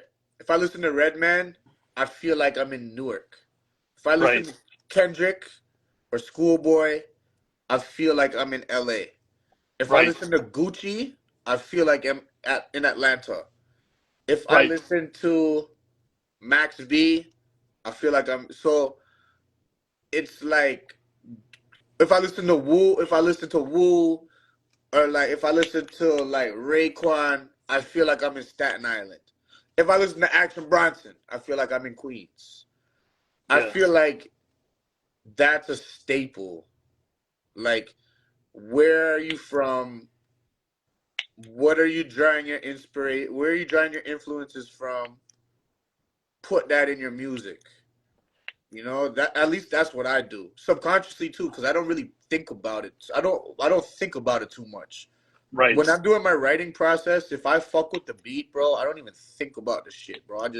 It's that automatic. It's automatic, bro. The beat tells me what to write. You know what I mean? So And man, it just comes in the process. It just has to do with the process of like, man, I've been doing this shit since I was 12, bro. I used to make whack music, bro. Yeah. There's people that think my music is whack today. You know what I mean? I mean, I like my music, but I'm grateful that other people like my music. I've been doing it for better or for worse. I've been doing it for a long time, so I have my formula down, Do, and I've modeled my formula off of people where when I hear them, I feel like I'm somewhere else. so you're writing verses on the spot in the studio and going straight to record? I mean, bro, I got my setup right here. Um, but a lot of times, like back when we were doing pressure cooker, we only had Saturdays to record at the pressure cooker. Every other day of the week, I was recording in the Rumbar. But for Futurewave, and I knew Futurewave was special, and I knew his beats were special. I knew we only had an allotted amount of time. I would write in advance and try to be like, okay, at least I know I have two. I know at least I have 4/16s. So Mm, I have two songs worth of material. We would knock that out in an hour, and then the last 4, 5, 6, 7 hours, we would cook up on the spot.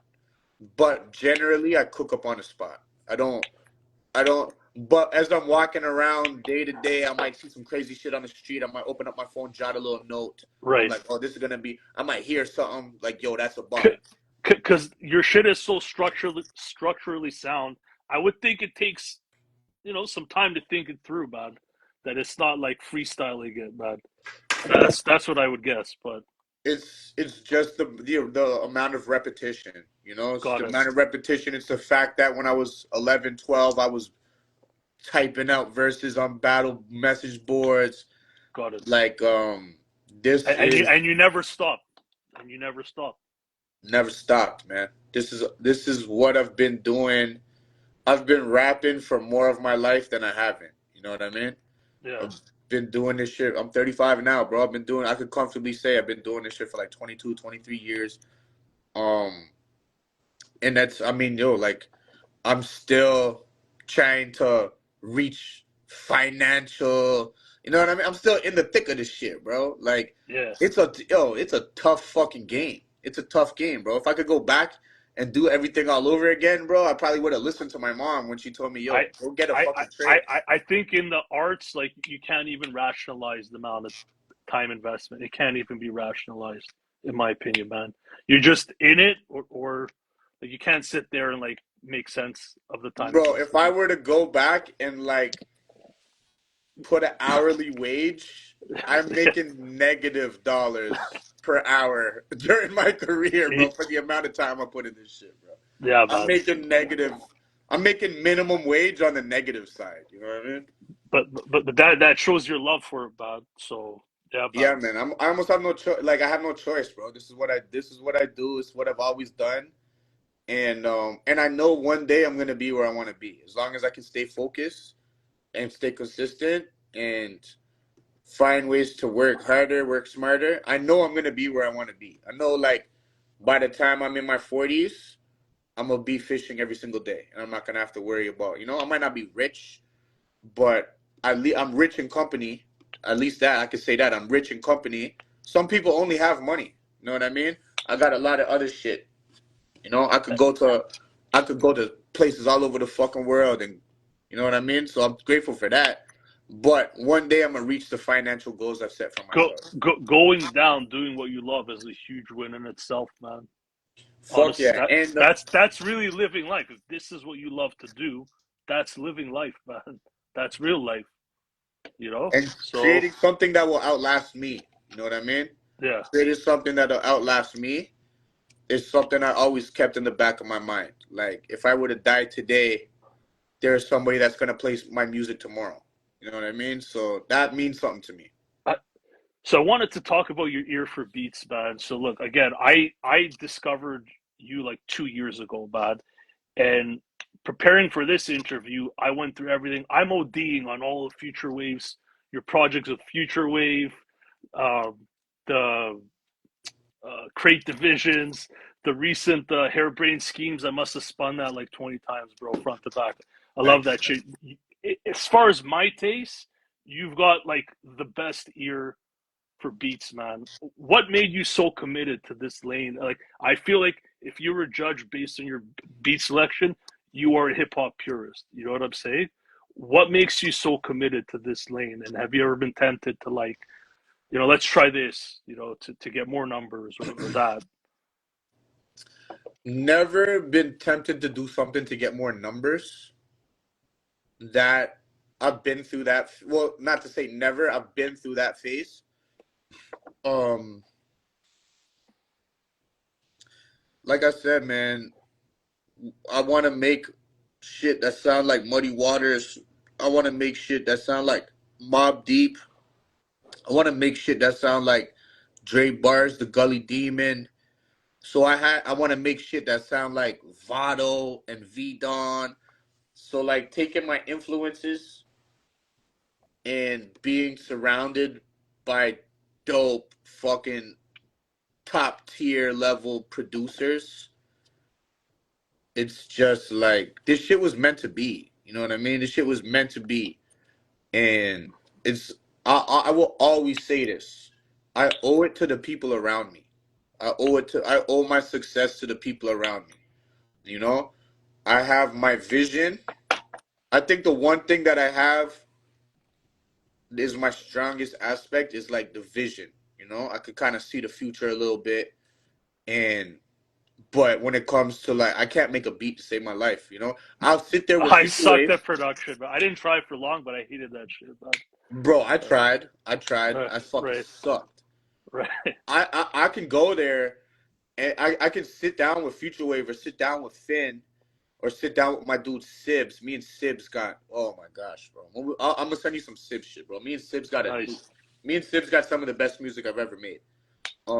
I'll sit there with these guys and listen to an hour's worth of samples, and it'll be the fucking 15th sample that they play where I'm like, yo, this is the one. And then Right. they'll look at me and be like, bro, this is the one. I'm like, yo, this is the one. Yeah, yeah. And they'll be like, I never thought you would have picked this shit. And then next thing you know, the song's done and it's like the best song that we made. So I'll have the vision, I'll have the ear, but I'm surrounded by the talent. I'm surrounded by the get shit done pieces. You know what I mean? Yeah. So it's a mix of that. It's a mix of my influence. It's a mix of knowing what I want to hear. It's a because I don't know what I want to make until I hear it. I don't know it's the one until I hear it. Like you don't know until you know. But when I know, like yo, as Futurewave, we used to fucking sit in the studio and I'll be Right. next. And then I'll be like, yo, this is the one. And he'll look at me, he'll be like, bro, this is the one? And I'm like, yo, this is the one, bro. And then after he's like, yo, I would have never thought you would have rapped on this one. But this But it shit's made so fire. sense the way what you did with it, right? Yeah, so yes, sir. It's a mix. It's a mix of things. But the main thing is I'm surrounded by the guys that are able to like bring it to life. You know what I mean? Right. Because if it wasn't for these guys, I'd be rapping on.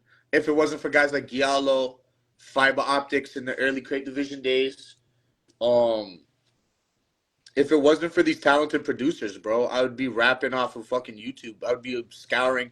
I used to scour YouTube and just rip beats. Or Right. if yo, God forbid, one of these dope rappers made an ill track and they let 4 bars run at the end of the track, I'll take that and loop it up and rap on that shit. I did Right. Right. that for Right. years. Right. So, yeah, bro. I owe it to the people around me, bottom line.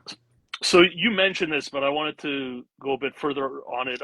You joined the Umbrella. When was that? That was in whenever the Charged Up Festival was last year in Richmond, Virginia. Okay. Well, first off, me, Pro, and Snotty,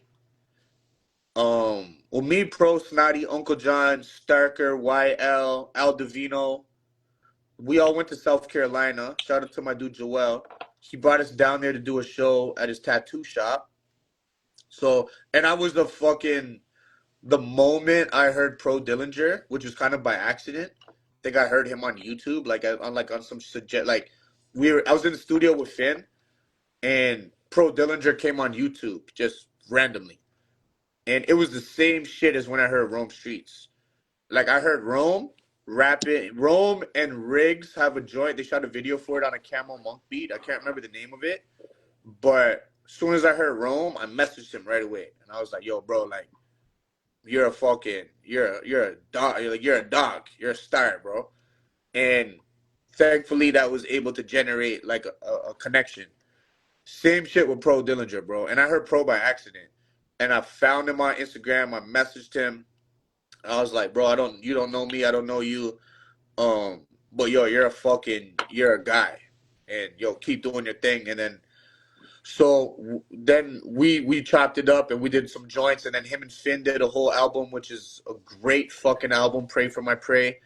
And so then we fast forward, we go to South Carolina, Myrtle Beach, and we meet for the first time, and Yo, just fucking cool guys to kick it with, man. All music aside, like just cool guys to kick it with, like fun, like having a good time. You know what I mean? Shooting the yeah. shit, drinking a couple beers, whatever. So then we do this Charged Up festival in Richmond, Virginia, and my dude Jay the Jeweler gets us like one big Airbnb, Is and this the one Cameron Bahani was at? I'm homies with him at this point. Cam No, okay. wasn't there. Okay. Cam was at the next one. Got it. Cam Got was it. at the next one. And yo, that dude made the fucking best chicken cutlets, bro. Yeah, yo, shout out to Cam, man. Cam, good money, dope artist. On the second one, like I digress. On the time I met Cam, we were both in the same boat where like we had both flown in to the show the same day that we had to perform off like no sleep. And yeah, bro, true professional, cool ass dude, and he made the illest chicken cutlets I ever. He cooked for like the whole team. Um, but yeah, the time it was in the first time I went to when I went to the Charged Up Festival, it was Pro, Snotty, Big Trip, and Mickey Diamond. And I mean, yo, obviously Mickey Diamond's on like a fucking tear of all tears. So I've I was, interviewed him 3 times already, man. I hope to keep interviewing, but go ahead. bro, man, we talk about a guy who's fucking killing shit to the max. And Yeah. like I knew this going in I knew this like, okay, like I'm gonna meet Mickey Diamond. I'm gonna meet this guy that's selling more fucking units than everybody. I was looking forward to that. I was also looking forward to linking back up with Pro and Snotty because we had such a good time in Myrtle Beach. But Jay the Jeweler gets us all one big Airbnb. So we're all, and let me tell you, man, when you share the same living quarters, like you really get to know people when you're living under the same roof, even if it's for a fucking 3-4 days. We're all traveling together. We're in the backyard, drinking, smoking, sharing life stories, you know? So I performed the day before the Umbrella show, and did that. It went well. Go back to the Airbnb, whatever. Now the Umbrella dudes have their show the next day. And I was on an opening set on that just one song on my boy Ross Skrilla shit. So I did my joint, whatever. But I was like, I had my GoPro with me, so I'm like, yo, I'm gonna film for you guys. I'm gonna be on stage. I did the same shit for Bub Styles too. Bub Styles fucking murdered that shit. Great fucking dude, great artist. So after their show, they kind of just like jumped me in, bro. They kind of like ambushed me, and they're like, yo, You have to join. we want you to be a yeah. And I told them, I was like, yo, give me some time to think about it. And by the time I got home, I was like, yo, like it makes like sense. Obviously, it makes sense on a musical level, but it made sense on like a brotherhood level. Like I already know Pro and Snotty. This is the second time we basically had to live together. Now I just had to live with Big Trip and Mick, and had fucking time of my life. And yeah, bro. And me just trying, I feel like I needed that as like a boost in my career too, like to stay competitive, be around guys that are killing shit. To feed off their energy and exchange, to have that exchange. Yes. Yep, exactly, bro. And yeah, man. I think it made perfect sense, and looking back on it, that shit put a battery, like that shit charged my battery up, Nice. and yeah, man, I'm grateful that they asked me to join, bro, because now that I look back on it, it's a no brainer.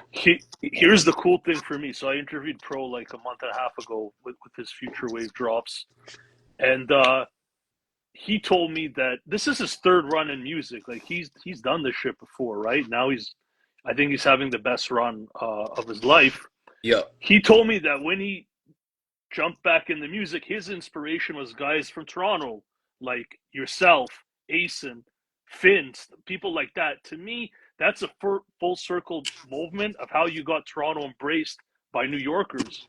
And then it's kind of cool that you've even joined the umbrella. They're sort of jumping in after you, but you're joining them nonetheless, man. So it's just cool how that's all interconnected, man. it is cool, man, and I mean, I love to see the moves that they're making. I love to see the success that they're having. There's other cat like yo Jay Royale. Obviously, Jay Royale is an originator of this lane too. Um, he's a part of it. There's other cats like my man Mac Nice, who's fucking fire.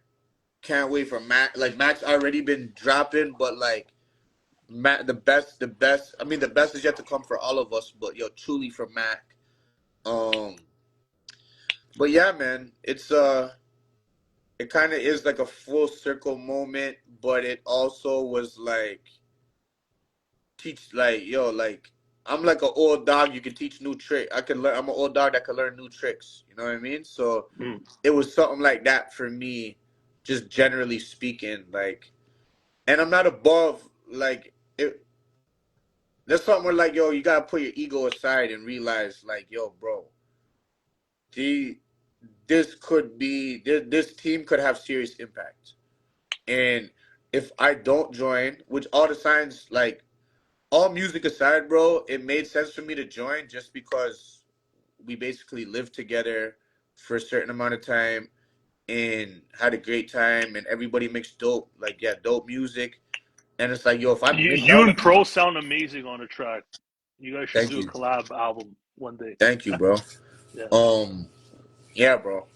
If I would have said no, I would have looked back on it and regretted it. You know? nice, It was a nice. no-brainer. I think the other cool thing is the proximity between like New York, where a lot of them are, Toronto. You've opened up the pathways perhaps for them to perform here, tour here. You could tour with them. You could tour there. So it seems to make a lot of sense that way as well. And I can't wait till they come down here. I know inevitably they're coming down here. I think you guys could all have your own show, headline it, and there'd be a big turnout. I think, you know what I mean. Yes, sir. So Yeah, yeah, man, man. that would be super dope, bro. And yeah, it's like you said, the proximity, like New York and Michigan. Like Yeah, yeah, we share borders. yeah, You know yeah. what I mean? I could get to Detroit in 4 hours. I could get to New York City in like fucking 9 or whatever. But a flight to New York and a flight to Detroit is like 45 minutes. Right. So nah, it made sense on so many levels where it was by the time I had like a day and a half to think about it, I was like, yo, I'm joining for sure. That's I'm dope, man. happy to be here. That's dope, man. So if you don't mind, I want to talk about your catalog for a bit. Are you cool with that? Yeah, man. What you got? So, so your first four projects are with Crate Division, right? Again, that's Giallo Point, Fiber Optics, Vic Grimes. That's out of London, UK. So Yeah, you had Vic Grimes is from Canada. He's from Cambridge. oh, is he? Okay, Yeah. cool. Vic Grimes kind of burnt himself out though. So, but yeah, shout out to my boy Giallo and Fiber Optics. So you got 2015 Moonshine Chemist. That's your first project. I couldn't find it on Spotify. I do want to hear it entirely. I heard some tracks Might on be on uh, Bandcamp. Bandcamp. It, I swear it was on Spotify, but lately, yeah, They there's take been shit down. They took down your Remo Goggy and Gunners tape too. It's not there. yeah, they dropped. Yeah, I don't know what's going on with that. I don't know if I don't. I know for a fact I didn't upload Remo and I didn't upload Gunner's tape. So I don't know what's going on with those. But I'm pretty sure I uploaded Moonshine Chemist. I don't know what's going on with that, but it's somewhere. I don't know if it's on YouTube. I don't know. Well, I'll find it and I'll get it to you. Dope, man. So then you got 2016, the Gunners tape. I feel like by that thing, by Gunners tape, you sounded incredibly polished, man. And then you have 2016 Division Rivals with Cypher Soze. And then you got, who sounds amazing, man. Is that his first project? Because you guys both sound polished as fuck, man. um,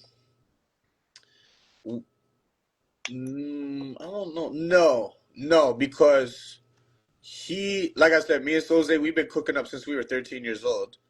Um, I had projects before Moonshine Chemist that I just pressed up on CD and just moved in the neighborhood and shit like that.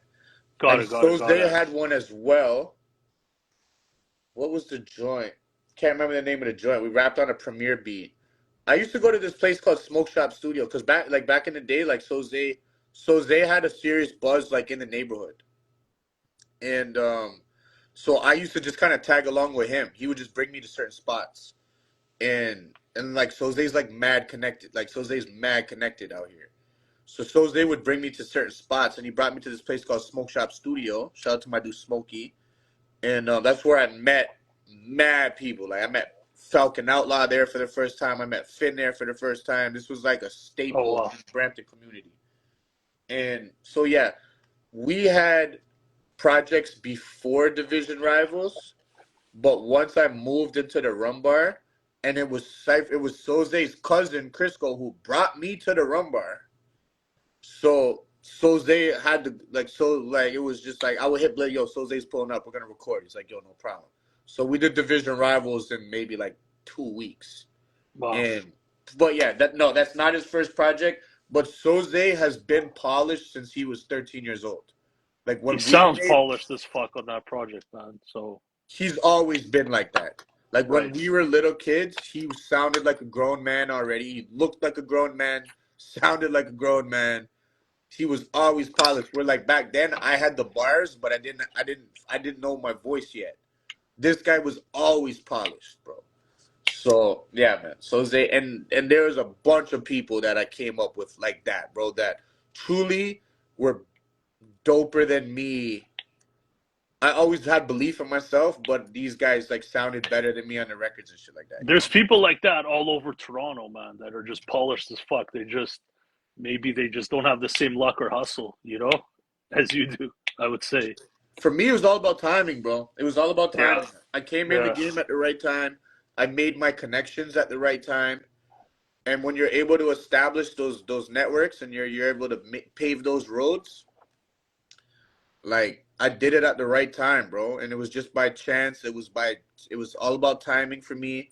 Got in with the right people at the right time, and now it's borderline 10 years later, and everybody that I made link ups with are fucking doing it bigger than me, bro. And so now I'm able to look up and I'm able to aim, I'm able to aim where I want to plant It, that flag. it was dope at the Onyx show on Thursday. Seeing the closer of your set was you and Cypher Sosa. I think that was the highlight, actually, man. That was dope to see. I don't know if you guys do that often, but it was dope to see.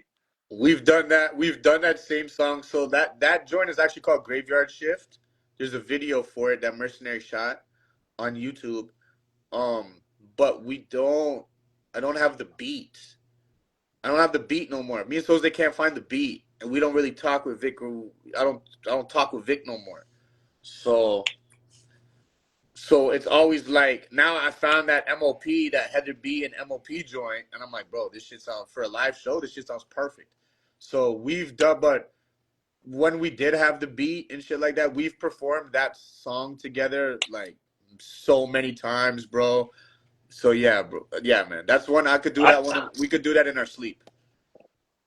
I feel like that's some Jay Z and Biggie shit. I'm sure that's what you guys think in the back of your mind. That's what it made me think, man. So 2017, you got Remo Gagi. Um, every in the comments, that's the most requested album people want to hear follow up on. You agree? Produced by Jallo Point. Yeah, man. Yeah, the Is there Remo. another one that'll happen, or that's sort of We leave it where it have is? one. we have like an EP that we were following up with, but then I met Futurewave, and then and Futurewave is the first time I was ever able to work with a producer in the studio together. And then it kind and but let me say this. Giallo had a buzz way before me. So when I was working with Giallo, it was a good look for me. Right. Giallo helped me establish myself. So Giallo has a network of dope artists that he can work with. And we were all part of the same team, Crate Division, and like Moonshine One, me and Fiber Optics have two albums called Parisian Connections 1, Parisian Connections 2. So like Crate Division, we have a bunch of albums. Remo was the only no Remo and Gunner's tape is one is just me and Giallo. But yeah, we were following up. We were gonna drop an album called Santa Maria, and we still have all those joints. One of them was actually Tokyo Retail that went on one of him and Nack's albums, Papito's one. I'm pretty sure. And but yeah, just timing. It was just timing. And then then me and Futurewave just started cooking up like crazy. And then Giallo already well established, already had a network of dope artists he could work with. So in that downtime where me and him weren't cooking, he was cooking with Smooth. He was cooking with all kinds of dope guys. He's cooking with Knack. So, but yes. And me and Giallo just recently made like another 3, 4 joints. So we're slowly chipping away at the follow up. But I agree with you. A So lot of people hit me up about you and Giallo. I'm Even probably gonna Futurewave. cut that into a highlight clip. I think your fans will be happy, man, to hear Even that. Futurewave says like, yo, you and Giallo need to follow back up. It's about Yes. time. It's about Yeah. time. Yeah. So now I want to talk about Futurewave and you, man. So look, personally, fresh, listening to your whole catalog multiple times, a lot of the projects. I think your work with Futurewave is in a different stratosphere because you got this fresh new sound. And when I listen to it all, like like whenever you listen to artists, your first inclination is to compare it to other shit you've heard, right? I think that's natural for all of us. But when I hear your Futurewave shit, my comparisons start falling away, and I'm just like, this is like they've achieved something unique to them. That's how I feel. Is that how you feel like you've stepped into your own, or how do you feel? Yeah. Yeah, I agree, man. I feel like everything I had done leading up to that built me built me to be able to work with Futurewave. And Wow. I'll say it like this. Like Giallo, like back before I was working with Giallo, man, I would drop a song on SoundCloud. I would tag 99 people on Facebook and get like 100 plays in a day. And then I did a joint with Giallo, dropped it, and it got like 700 plays in the first day, and I didn't have to tag nobody. And I was like, damn, like I need to work. I need to keep working with these dudes. These dudes already got a buzz. That helped me branch out to Europe. So then I started getting a bunch of European and like London, like cats from London and the UK and other places in Europe. So there was kind of like a balance thing because Futurewave, who had been doing his thing out here, he had won a beat competition, but I wasn't really familiar. I wasn't familiar with Futurewave at all. It wasn't until me and my guy Bozak Morris, we did a joint called Karate Practice, and Futurewave did the mix and the master on it, and it sounded amazing. And then Asan hit me because me and Asan were kicking it all the time back then. We were making music. Like me and Asan had just linked up, but like the link up was super strong. And he sent me the Summer's fucking over joint. And I was like, damn, yo, like this beat is crazy. Did the joint right away. I just talked to Asan about this in our 2.5 hour interview. So, but continue. I want to hear it from your side. Like, continue. Yeah, man. We linked up to do. So now we're gonna shoot the video for Summer's Fucking Over. Like we do the song, like a week later, we're like, all right, we're gonna shoot the video. Futurewave, because Ace is from Scarborough, like the east side of Right, Toronto. I'm living in Brampton right. at the time. Futurewave is from Rexdale, but he's living in Brampton. And so Futurewave is like, yo, I'll come pick you up and we'll go out to Scarborough, shoot the video. So on that ride, that car ride, This is like 2017. um whenever that video dropped, Summer's Fucking Over dropped, like, because Mercenary would edit the videos in like a day, 2 days. So it's safe to say that whenever that video dropped on his YouTube, we probably shot that video like within 5 days. That project is of Asan's Hollywood Briggs from 2017. Yes, So it yes, I must be believe so. around there. Yep.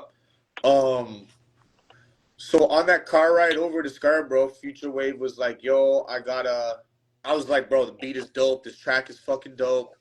Your mix, because I'm used to mixing my own shit. I don't know a damn thing about mastering. But I was doing all my own mixing, still trying to find my way. But used to doing all my own mixing. But for that, we had sent Futurewave the vocals to mix, obviously professional level shit. And he was telling me like, yo, I have a studio, but only on Saturdays. Like, we should link up and cook up. And I was like, all right, no doubt. But I'm used to working with this dude Giallo, where I have like guaranteed numbers. You know what I mean? And we had just done Remo. I had gotten a vinyl deal. I got a good thing going with Giallo, right? Whereas Futurewave, I'm meeting him for the first time. Don't really know too much about him, but off first impression, like the first time we kicked it, like Futurewave is my best friend now. You know what I mean? That's dope. But like that was the first link up was like the best first link up you could ever, like, just cool ass dude. So I go to the studio and we do like 4 or 5 joints the first time we go to the studio, and I'm like, yo, this guy's different. But there's no guarantee here. Where if I work with Giallo, there's guarantee. Can I frame this from your documentary from Futurewave side, and then you continue, if you don't mind? Yeah. So from your Bushman Bodega 15-minute doc, which is dope, you get into the story a bit, but in summary, he was working with some considerable names in Toronto and Canada as it was, right? And he was ready to call it quits because he felt his sound was obsolete. And then he met you at this video, I guess this video shoot, and just the story that you brought it back to Toronto with the producer, and he goes on to be one of the best producers in the underground today is fucking incredible, bro. Like, I hope that story keeps, like, the lore keeps building up, because I think your body of work, like Pressure Cooker 2018, Physics of Filth, Yeno Dushi, Moonshine Mix 2, Bite the Bullet, Sun Tzu and Wave God, Bush Doctor, As the Crow Flies, Bushman Bodega 2024, that body of work, in my opinion, is easily among the best in hip hop that I've ever heard. I could say that confidently, bro. And yeah, man, I did you have something more? No, sorry, I went too far with it. Maybe you could reel it back in, but no, man, I agree with you. I agree with you. And what I was saying before was kind of like, I don't mean to sound like a fucking asshole here, but it was kind of like I'm able to make music from scratch in the studio with a producer who makes the dopest beats I've ever heard in my life. But his sound was already amazing back then. Oh man, he already had the sound. He already had the sound. Fucking jump, from the jump, bro. From the jump.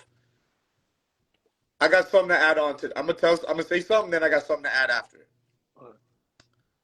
But yes, from the fucking jump. Wow. And watching his procedure, cause like Giallo love the man. I'm so thankful that I got to work with Giallo. So thankful. Career defining shit. To this day, people say Remo Gaji is their favorite shit, right? That shit was amazing too. Not to take away from it. It's just No, not to take away from it. yeah. Ultimate steps of my career, milestone shit, right? From the beginning, Gunner's tape, everything. Can't can't thank Giallo enough. Giallo took a gamble on me. I took a gamble on Futurewave, and it had to do with a couple different factors.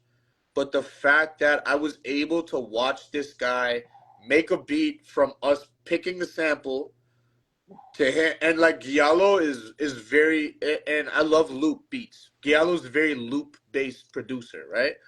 And to be a successful loop based producer, like guys like Nicholas Craven and the other loop based producers out there, you have to be an ultimate. You need to be finding these samples that nobody knows. You know What what the I'm saying? fuck does he listen to come up with this shit, man? What is he listening to, bro? That's that's their forte. Yeah. They're the fucking gold. They're the diamond miners, right?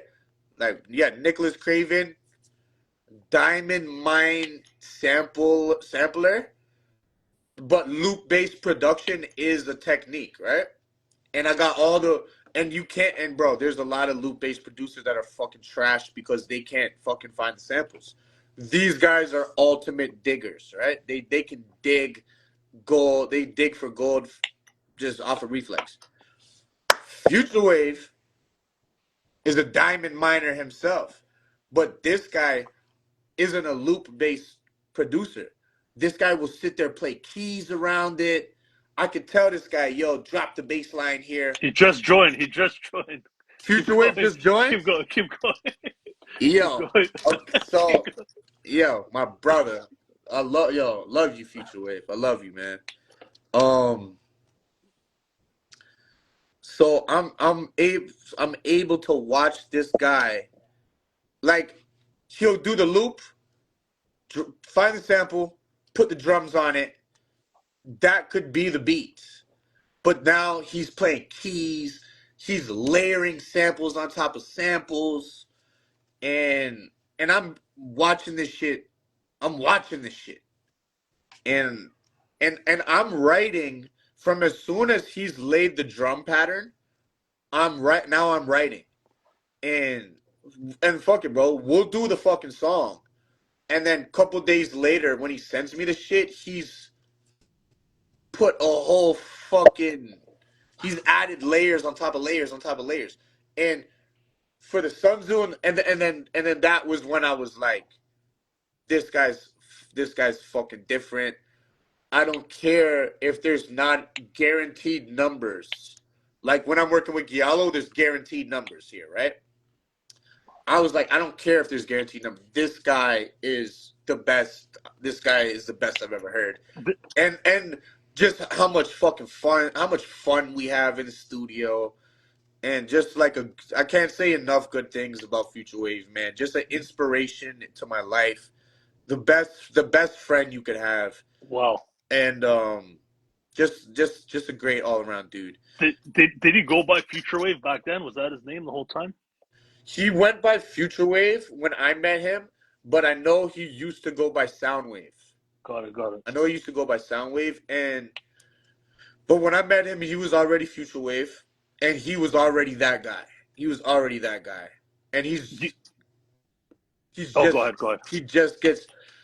he just gets better. But okay, so when I said I wanted to add on to that, so when you asked like when I met him the first time, was he already that guy? He was that guy. The first joints that we made, a lot of them went on pressure cooker, but there was about 15, 16 joints that didn't make the cut. And I'm going to drop the bomb right now. May 1st, we're dropping a project that are all cuts that didn't make pressure cooker. Wow. And, bro, Is this it vocals from that time too? it's songs we made in the studio Nice. at the same time when we made Pressure Cooker, where we're like, we made 5 that day, but one of those songs went on Pressure Cooker. And the other ones, when we sat down and crafted Pressure Cooker, we were like, we got this shit right here, so I keep these shits in the tuck. How many joints is on motherfucker? 14 joints on Pressure Cooker. We had 30 joints to cut down from. Nice. So this We're new in for a joint that was treat, man. dropped in, I'm not going to say the name or nothing yet, but it's dropping May 1st. It's going to be vinyl only. Nice. Not going on streaming. And they're all songs that we made at the same time that we made Pressure Cooker. And when also some of them we made in Jersey, like Al Divino's on the tape. We were in Jersey. We made the song in Jersey with Al Divino while Al Divino was staying at our Airbnb. Like just classic times, classic, same vocals, like just that same time period. But I say that to say he was that guy then. He's only gotten better, but he brought the business. He brought the business, Really? the business vision. Wow. You know what I mean? Like he brought that to the camp. He brought that to me. He brought that to the camp. Like shit like this, bro. This is all Futurewave, bro. Like he I'm made that just, from scratch? He made that from scratch? This is Seppington. But when it comes to the art direction and him saying, "Yo, let's make posters," I'm not sitting thinking, "Let's make posters." I'm not sitting thinking. I'm taking vinyl. I'm taking deals from labels. Futurewave's like, "Yo, fuck that. You know how much money these labels are making? Let's do it our fucking selves." Futurewave was the one that. And I'm comfortable to say, like, bro, Futurewave might have been the first fucking producer to press his own fucking vinyl in this whole lane. Really? And now he's got his own label. Wave God Music is like... I thought I heard, again, I wasn't tapped in real time, Griselda was pressing up vinyl first, but you were there. I mean, yo, so they were working with Dope. They were working with Dope. And, like, when it comes to who is the one going to the pressing plant and making the vinyls, giving them everything you need to make a vinyl, taking the power away from these labels and becoming the label. If Futurewave isn't the first, he's amongst the first, bro. Like I don't know any better. I'm asking you, so yeah. I'm comfortable to say that he's the first. I'll say that he's definitely the first out here. And if I don't know any other producers that were actually pressing up records. Maybe there was ones that pressed them up, but they didn't. I don't know. They didn't sell. You know, why no Willie? Why no maybe Willie's Alchemist? Like, why no Willie's like, yeah, in-house only Futurewave. So in-house only Futurewave, right? Him, Muggs, Futurewave. I mean, Futurewave, Muggs, Alchemist. And think about those names. That's what I tell like when me and Futurewave talk. And I'm fucking supremely biased, but I don't give a fuck. Like Futurewave, and yo, shout out to my boy Wano Willie, man. Shout out to my boy Wano Willie. I got a Wano Willie joint. I got one sitting right here, but I can't find it. Shout out to my boy Wano Willie. But Futurewave has transcended to the point, in my opinion, this is my strict opinion, like he's competing with Alchemist, he's competing with Muggs, he's competing with guys like V-Don. When we talk about planting the flag, like as a producer, Futurewave has planted that flag to the point where he's now got other people trying to chase his flag, and now he's chasing the next level of the flag planters. You know what I mean? And it's not the same for me. I'm still chasing motherfuckers. I'm chasing guys like Rome and shit like that we all came up together. Futurewave has transcended, and he's transcended as a producer and a businessman combined. You know what I mean? And that completely changed my life, because I'd never seen a rap check like the fucking checks that I get from Wave God Music. That's a blessing, man.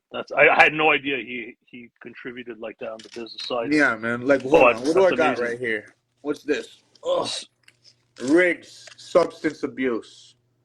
Futurewave made this himself. What do I got here? Bite the Bullet with Asan. Yo, Futurewave made this himself, and this is the there's the this dude repress. there's a dude in the chat, a testament to that art. You may know this. He got a tattoo of that cover. I Somebody has forget this his name. tattooed. Yeah, you didn't know? Yeah, Who I has was this talking to him. tattooed? I think he's in here, man. It's something noise something. If you try him in, man. He told me, he showed me a picture. He has a tattoo of it. No fucking way, bro. Yo, Yeah, I can pull. there. Soundwave slave. Yeah, I think he He owns a has vinyl that shop. tattooed. Yeah. Somebody said, where does Derringer rank? Derringer ranks with that next draft, the first draft class. I would go to say Derringer's in a different draft class than us. But I also don't think Derringer pressed up his own records So like Futurewave did. here's the other thing with your quality in your catalog is like consistently the best out of any artist I've listened to. But with Futurewave, your shit never goes below excellent. So what influence does he have on your rhymes, or just like what you're bringing to the table? Does he make you go back to the drawing board, or does he give you advice that keeps you like at that high level? Or He definitely he gives me life advice, you know. But Futurewave will be one of those guys where we're the same way. I said, like, me and him will sit in the studio and I'll be like, next, next, next. Futurewave will tell me, yo, bro, you could do that shit better. Do it again. I'll be like, yo, okay, that's it. And he's like, no, no, no, do it again. And like, but we have that relation. Like, we're like telekinetic. You know, I've been in a studio session with 3 other producers. I do a joint with producer 1, shit's fire.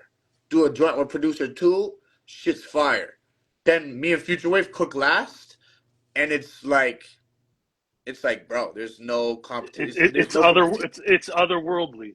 That's Because the the best way to whole put it. time Yeah. I'm looking over there and I'm seeing him on his beat machine, and I'm seeing the fucking smirk that he has on his face, and he's giving me that little fucking just wait, and then I'm already a couple beers deep. You know, I'm vibing now. I got a little buzz going, so I'm like I'm in the perfect place to rap on a Futurewave beat, and then he just gives me the headphones. I'm like, bro, Future waves from Rexdale. Is that right? Did I get it right? yes sir. Futurewaves from Rexdale. Yep, Got it. Futurewaves from Rexdale, man. So, And and I think the legend goes you spend what 60 weeks in the studio or some crazy shit from the documentary un after un meeting. un un un. We went every Saturday because, like I said, we only had it on Saturdays. We went every Saturday for every fucking. I don't. That was one thing I wouldn't cancel on. Like I'll cancel on a motherfucker, bro. If I'm not feeling it, yo, bro, I would go to that place off no sleep, do 2 joints and sleep on the floor. You know, like I wouldn't miss a Futurewave set. And to say we had that studio on Saturdays, but there would be times where he would come link up during the week at the Rumbar, and we would cook at the Rumbar too. Right. And yeah, man, it's my greatest blessing in my career, but also like in my life, bro. Like I said, bro, I'm blessed to be around the people I'm around, but like I can count on my hand people that have had the greatest impact on my life, and that's like man's like Blizz, um, and man's like Futurewave, bro. Like It, completely changed the trajectory of my life. it's an incredible story, man, and I hope the story just grows when you guys are all said and done, It man. will, Just man. continues It growing, will man. because So Futurewave's about to have a fucking bomb, a nuclear. This guy's got nukes. This guy's got more nukes in the stash. Like, I'm not so gonna spill the beans. Maybe you guys can connect and do an interview.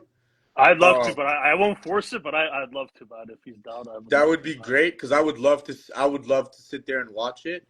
Um, I'm not gonna. It's not my place to say what he's got dropping this year, but I will say that I'm privy to one project, but I won't repeat it. It's a crazy one.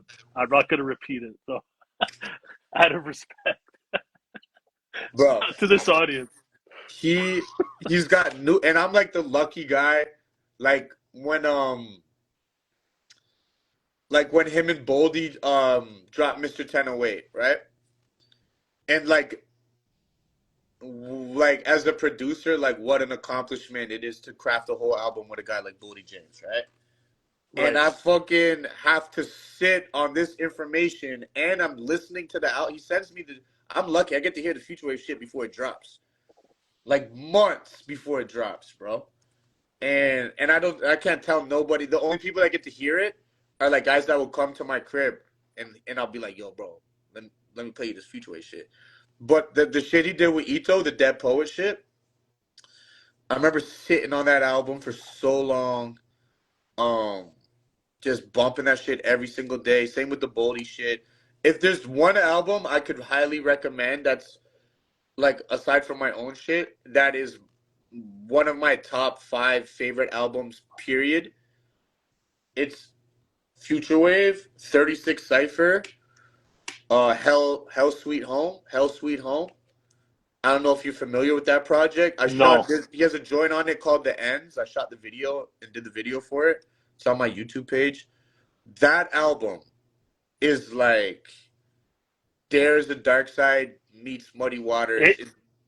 in the Oh god. center. If I interview him, I'm gonna peep his whole catalog, bro. Like front to back. That's Bro, what I you do, want to bro. talk That's what I about, do. That's you're what going I to need do. like 3 months to do your Futurewave research, bro. Probably. This guy's catalog is like, Okay, I'll peep 80% of it. I think he's done like close to like fucking 40 projects, bro. Like, and he's pressed the vinyl for every single one of them. I think we took in our whole career, we took like 2 deals. And I don't know, I don't even know how many projects me and Futurewave have, bro. Like Moonshine 2, I mean, bro, this is not even doing it justice. There's like 3 projects on the wall. We've done Yo, so many fucking projects, bro. And we took a deal for the first pressure cooker, which that whole situation got fucked up. And I'm sure that had something to do with Futurewave saying let's start handling the business ourselves. Um, and I I, think and we did the Sun Tzu and the Wave God with Dope. And me and Futurewave fucking those first studio sessions when Westside Gun and them were dropping with Dope, we were like, yo, like how cool would it be if we got a Dope release? But it was so far unattainable at that time. Like we were like dreaming, right? And then we end up getting a fucking Dope deal. The same shit that we had talked about in the studio years earlier, we made it happen. And I think that's 2 out of I don't know how many projects me and Futurewave have, but every other one is literally this guy making it happen and making the physical project happen. So that's when I said, like, when we did Bushman Bodega, how can I carry my weight? Because this guy carries so much weight. It was for me to, like, help the rollout with the videos and shit like that. right. Well, I think the MC brings the personality to the music at the end of the day. So you're definitely contributing, brother. But I see what you're saying, man, with all the other Yeah, like aspects of it. post completion of the album. The, Like, not only does he make the beat, he does the mix, he does the master, and then he fucking goes in on the physicals. CD, oh, cassette, vinyl. He's got the website. oh, He does. oh, God. He's got all the great ideas when it comes to what's the merch gonna look like, what graphic designers to reach out for. This guy has unearthed so many gems. Like, yeah, bro.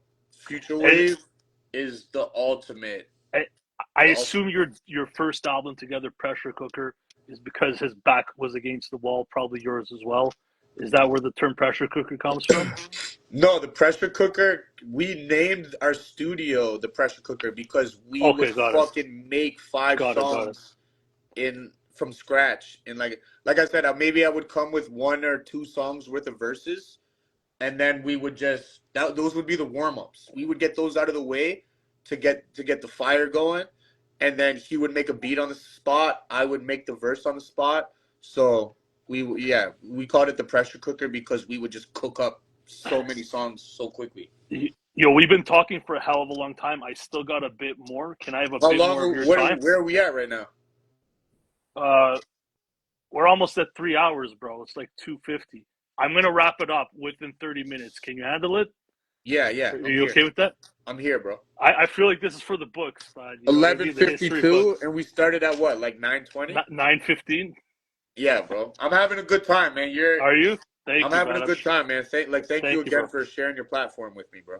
No, man, it's my honor, bro. We love this shit, and you're like an amazing participant in this culture, man. So Thank it's you, bro. only right. You know what I'm saying? So, Yo, you know so what? Give me, yo.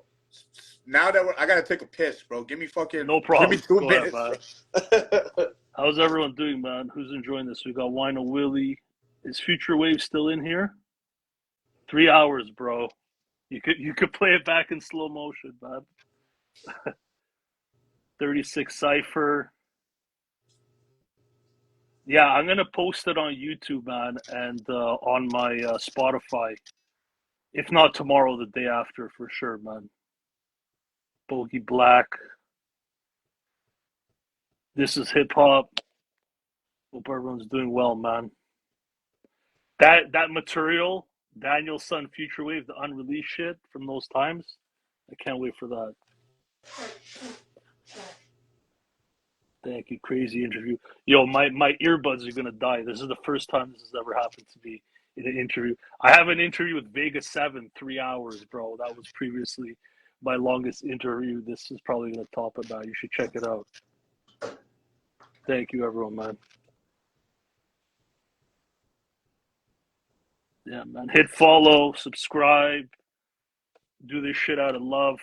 It's amazing, man. Like, there's some artists you can just talk this hip hop shit for hours, man. And clearly, Danielson is one of them, man. So, yeah, bro. I got my last beer, bro. This will last me 30 years. We're good. Perfect. Thank you, brother. So you made a post at that scratched barbecue thing in Toronto, this event. I didn't go, like I couldn't make it, but you're performing alongside Alchemist. He's performing Hold You Down. I love that tune from back in the day, right? I believe it's called Hold You Down. Yeah. And you guys are performing together. In your post, you're like, ever since I was a kid, like 12, I dreamed of work, doing this shit. And now I get to work with the current best producer, which is Futurewave. That's amazing. But what words did you exchange with Alchemist? And is there any Alchemist Danielson on the horizon? Can we put it in the ether? I like putting shit in the ether, man, because I've seen a lot of shit come true when I talk about it, actually. So, Well, first off, I'll say for the Scratch Bastard, the Bastard Barbecue, Raz had his own set on the Bastard Barbecue, and that was right around the time when we dropped Northside. So um, and this just goes back to what I say, man. Thank God for the people I'm surrounded with. Like me and Raz live in the same building, bro. really? Raz lives a couple floors above me. You guys are in Parkdale? Is that right? Yeah. Got it. Queen Street, baby. So yeah, we recorded the whole album up in his crib. Um, so I'm very grateful for Raz to put me on his set. We did What's the Mission, and Raz has been a superstar. Raz has been a celebrity out here way before you ever heard the name. My little brother, I used to be a big ASAP Rocky fan when he first came out, and my little brother went to the ASAP Rocky show, and I was like, "Yo, how was ASAP? He was dope." He was like, "Yo, he was dope," but there was some dude from Brampton named Raz Fresco, some young kid who fucking stole the show. So I went and looked him up. He had already had Cakey Pockets, OG Raptor Sevens. I was like, bro, who's this kid? And Raz is younger than me, like maybe 4 or 5 years younger than me. He started mad young in this shit. Bro, I was like, who the fuck is this young kid rapping, making beats like this with these crazy video? He was up here, bro, and yeah, bro. So even though Raz is younger than me, it was I was looking up to Raz, like Right. talk about planting the flag, right? So that's a full circle moment for me.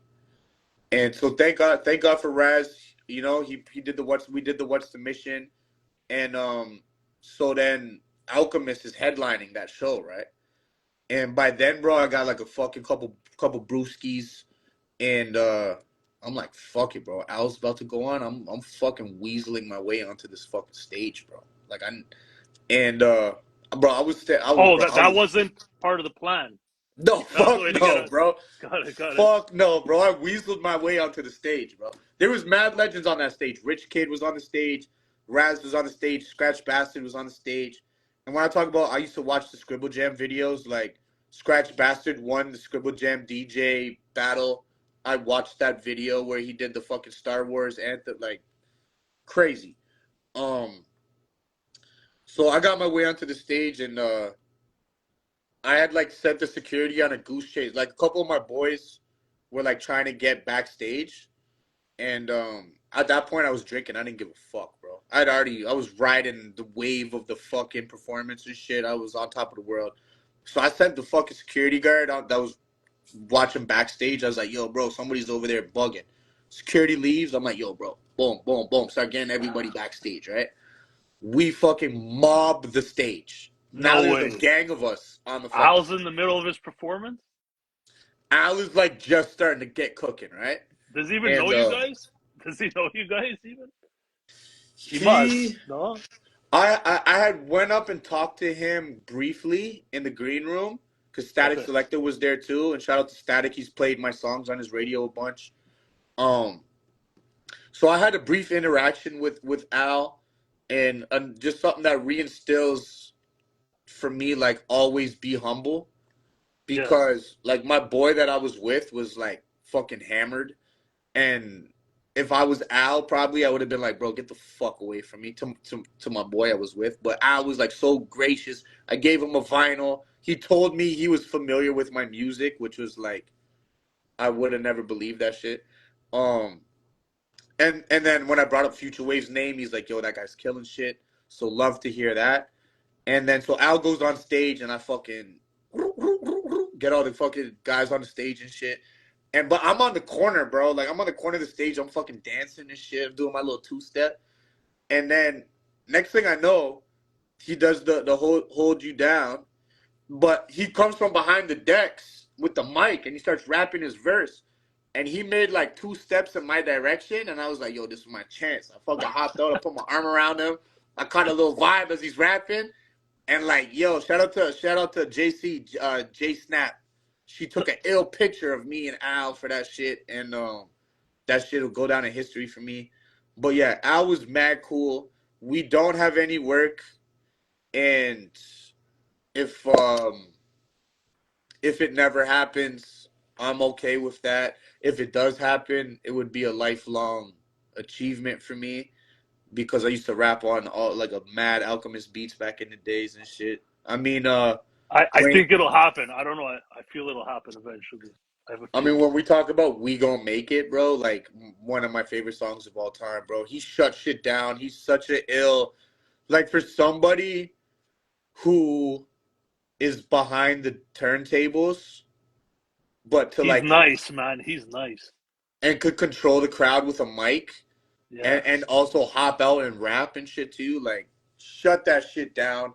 It He was a was rapping mad young too. There's a clip of it, 15 years old. He was in a group, right? So he's been doing this shit. Yeah, that was one of the best days of my life, bro. That was one of that's the best amazing, days of my man. life, and I owe that all to Raz. You know, owe that all to Raz for putting me on the set. And I would have gone anyways just to support Raz, but I'm very thankful that yeah, very thankful for Raz for putting me on that. And we had he killed it. At one point, he fucking put the Magneto mask on mid set, bro. There's like some epic fucking pictures of him doing that. And yeah, man, Raz is a fucking animal, bro. Like I said, the two hardest workers I know are Futurewave and Raz Fresco, and I'm very thankful that I can, I consider them So friends and brothers, man. I want to talk about Raz in a second, but I don't think this interview would be complete without talking about Asan. I interviewed him at length, but before interviewing you, I just wanted to ask like how you guys met briefly and what working with him means in your overall discography career.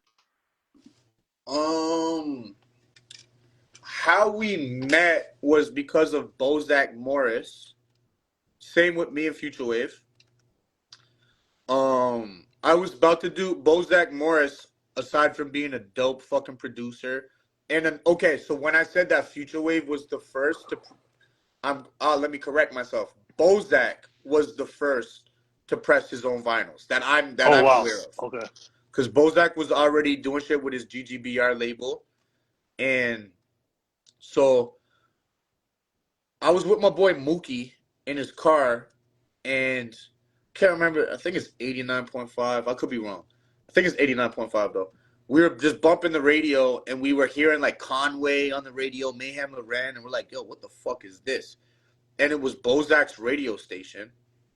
For the life of me, I can't fucking remember what the name of it is. But I reached out to the radio station and was like, "Yo, heard your shit. Like heard your show. Amazing show. I'm an artist from Brampton. Would love to be on your show." Boom. He's like, "Yo, you're come to the show this date."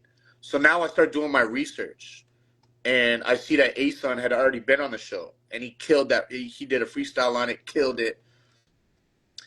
So I can't really remember if I reached out to him or what, but we made the connection. Bozak was like, "Yo, you guys need to link," and so we linked, and he pulled up.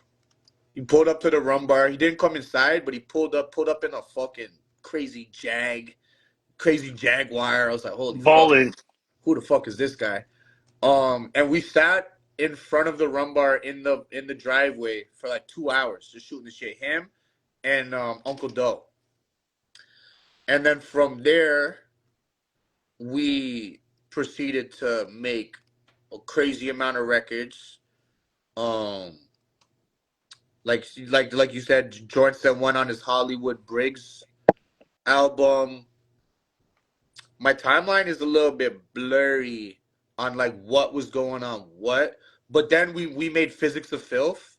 We made Yeah, that which was album great. Physics of Filth, another Futurewave classic. And then we made Bite the Bullet. And then like I said, man, when we went on that trip to New York, like me and Ace we were like this, bro. Like we would talk on the phone for like 2 hours. He's a football guy. We would shoot the shit about fucking football. We would talk about life. We were like kind of like we had a lot of mutual interests, right? So yeah, man, we progressed from there. We traveled a whole lot. Like a lot of those New York trips, he came with me. Like we are not like we went together. We all went as a group. Not to say he came with me. We all went together. Um, I had already been going to Rochester a whole bunch.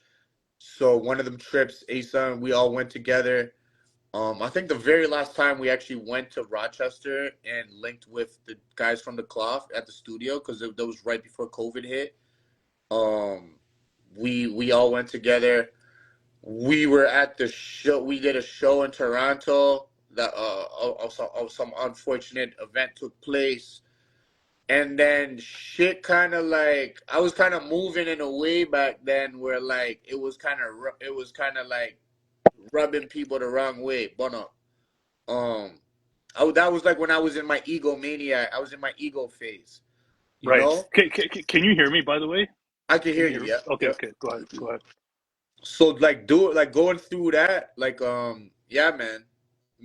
But working with Ace was foundational because we put together so many good records. We had so many good conversations. And then after the situation, we kind of went our separate ways. And he's continued to do great things. And him and Lord Fury are putting together all kinds of dope ass fucking shows. And he's continued to release great music. And yeah, man, I've gone and done what I've done. And it's kind of like it was kind of like a unit here that kind of just went like this and continued to blaze the trail. You know what I mean? And Got it. yeah, man. Shout out to Asan Eastwood, bro. We've gone through what we've gone through, and a lot of ups, lots of downs, but can definitely look at Ace and say one of the fucking key figures in this Toronto shit doing what it's doing. You know what I mean? Yeah, And but Bite the Bullet is an incredible project, and there's the promotion he has, bringing all the legends out and opening at every show is yeah, great. man. And It's a hub for for Toronto, I feel. the Cardinal joint that we have, he was responsible for getting for getting Cardinal on that verse.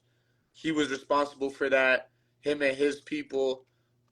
Ace is a little bit older than me, so he's mad connected out here. He's kind of connected with the dudes that are a little bit older than me. He's got people that were directly in tune with Cardinal. So yeah, man, I don't got nothing but good things to say about Ace. We've went through our highs, we went through our lows, and it's just good. It's just great to see us both doing what we've been doing, but we're kind of just like I'm taking this corner, he's taking this corner, and one day He seems to be in a very good place when I talk to him last. He seems to be doing just I fine. So love that. I love that for him, bro, because yeah, truly a lot of this shit that like caused kind of us to go our own separate ways. Like I take responsibility for it. And now that I'm older, I'm more mature, I'm able to look back cuz back then I was blind. I had the blinders on. You know what I mean? So now that I can look back on it and reflect and take responsibility for my actions and shit, who's to say what's gonna happen in the future? But I wish him the best, and I'm happy to see the success that he's maintained and continue to have.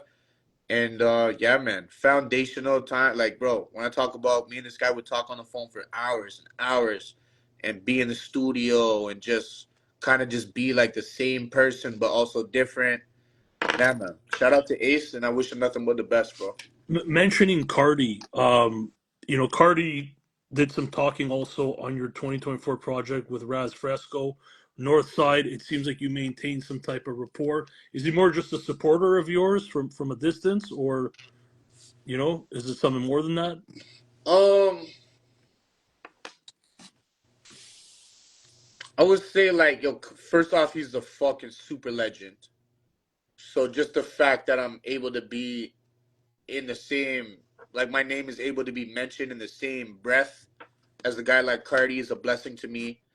The fact that he's always hit me with words of encouragement and kind words. The fact that we were able to get a joint together. I wouldn't say he's a supporter from a distance because in he is Toronto hip hop. He is Toronto culture. And like when I said like I wouldn't be where I'm at if I wasn't able to, kind of like you said, like kind of stand on their shoulders. Um, so I wouldn't say he's a supporter from a distance because he is this. But he is definitely I'm definitely grateful for his support. Like I said, I haven't been able to meet him in person. I do look forward to that opportunity because I have a vinyl sitting right here, sitting waiting for me to give to him. Um, it's just about timing, man. One day, I look forward to when we link. God spare life, and I'm very grateful for all his support. He supports the guys that are doing shit, not just me.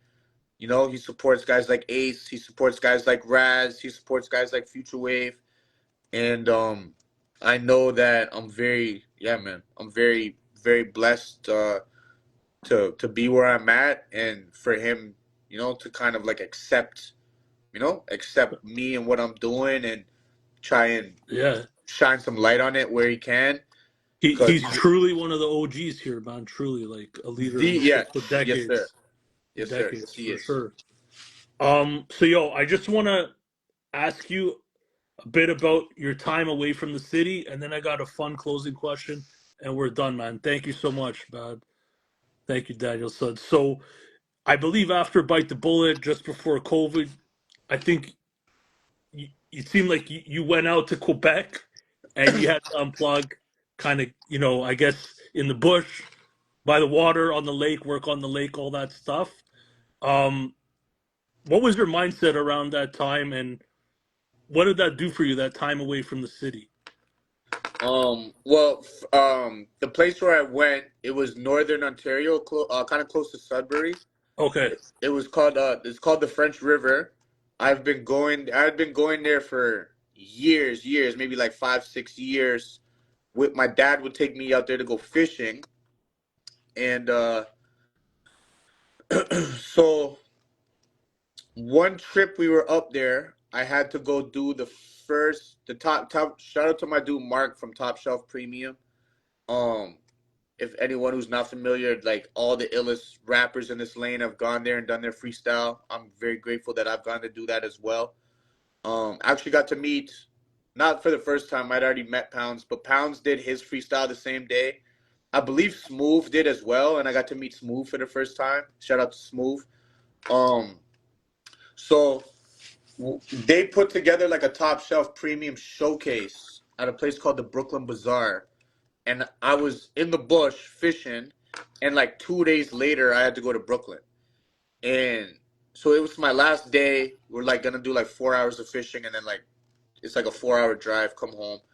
And I was like, man, I don't want to fucking leave. I don't want to leave here, bro. If I didn't have to go to Brooklyn, I would. I told the guy, this guy Keith, the guy who's the manager up there, super legend, Bush legend. I was like, man, like I would work here for free if I could just have a boat and go fishing every day. If I didn't have to go to Brooklyn, I would just stay and just work. Just to clear your mind type of shit? Or just I mean, I be love at fishing. peace? Fishing is I love fishing even more than I love making music. Wow. It's my favorite thing to do. Wow. But yes, it clears my mind. It gives me balance, and I feel like it's made me, like I said, I'm a networker. So it gave me that versatility to be able to deal with guys from the city. Because dudes in the bush, they think guys from the city are soft, bro. They think we're Right. soft out here, right? Right. And like, so next fast forward, COVID hits. Me, Ace, Futurewave, Davino, Rome, Knack, RLX. We're all supposed to do this crazy show in Boston. Massachusetts was the first state in America to declare state of emergency. They're the first one to shut down when COVID hit. 2 days before I'm supposed to get on an airplane and fly out there, the show gets canceled. Next thing you know, of course, everybody follows suit. Everything's shut down. I'm like, yo, what am I gonna do? My bread and butter is going to the States and doing this music shit, getting paid in American dollars. Like, what am I gonna do? By the grace of God, I get a phone call. It's that dude Keith. Yo, were you serious about saying you want to work up here? Wow. We have an opportunity for you. And I was like, yo, my life is at a standstill right now. So I was like, fuck it. Yeah, I'm going. Go up there for like 6 months, complete isolation other than the guests, and I'm on an island. We're living on an island. There's a like a fishing lodge there, the French River Lodge, where I've been fishing for many years, but now I'm employee there. And yeah, it was right. Bite the bullet dropped while I was out there. I'd already had a fucking mad amount of music stacked up, anyways. So yeah, bro, that shit. Like, I feel like I really became like the man I am today out there because it gave me that versatility to be able to deal with dudes in the bush. Because they thought they're like, my dude would always be like, yo, this legend from the rivers pulling up, because my dude Keith is like a main attraction out there. Like, motherfuckers would come through and party at his spot, and we all lived in the same little fucking bush cabin. They called it the penthouse. And he'd always be like, yo, and then he would call me Daniel's son. He knew that I made music because him and my dad were tight. And my dad, he'd always be like, yo, what does your son do? He's like, yo, my son makes music. So he'd always be like, yo, Daniel's son, I don't want you pulling none of that city shit when these guys come over and shit, bro. And these guys would get on me, bro. I got into I got into fights up there. More fights up there than I had like in the city. And yeah, bro, shit made me humble myself.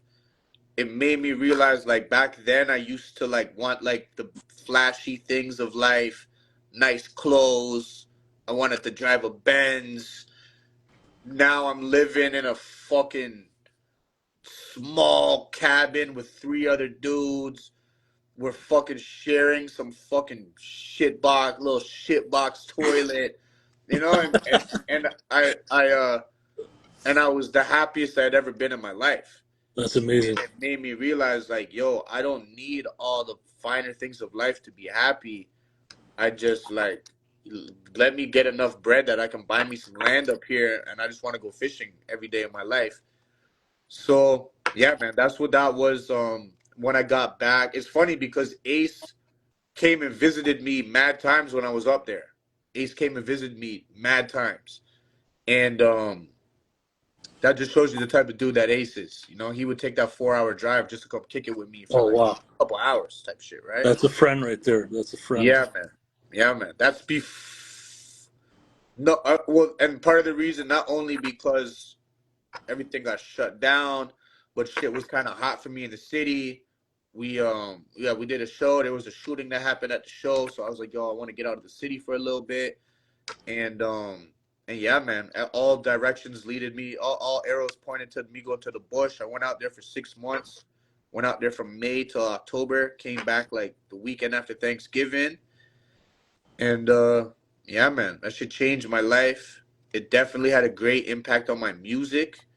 Because I felt like that was part of who I am now. A lot of people were tuned into my We're, stories when I had like the pet fox and we're you know, most active MCs or rappers have this paranoia in their head that they're not active enough, you know, that they can't stop in today's climate.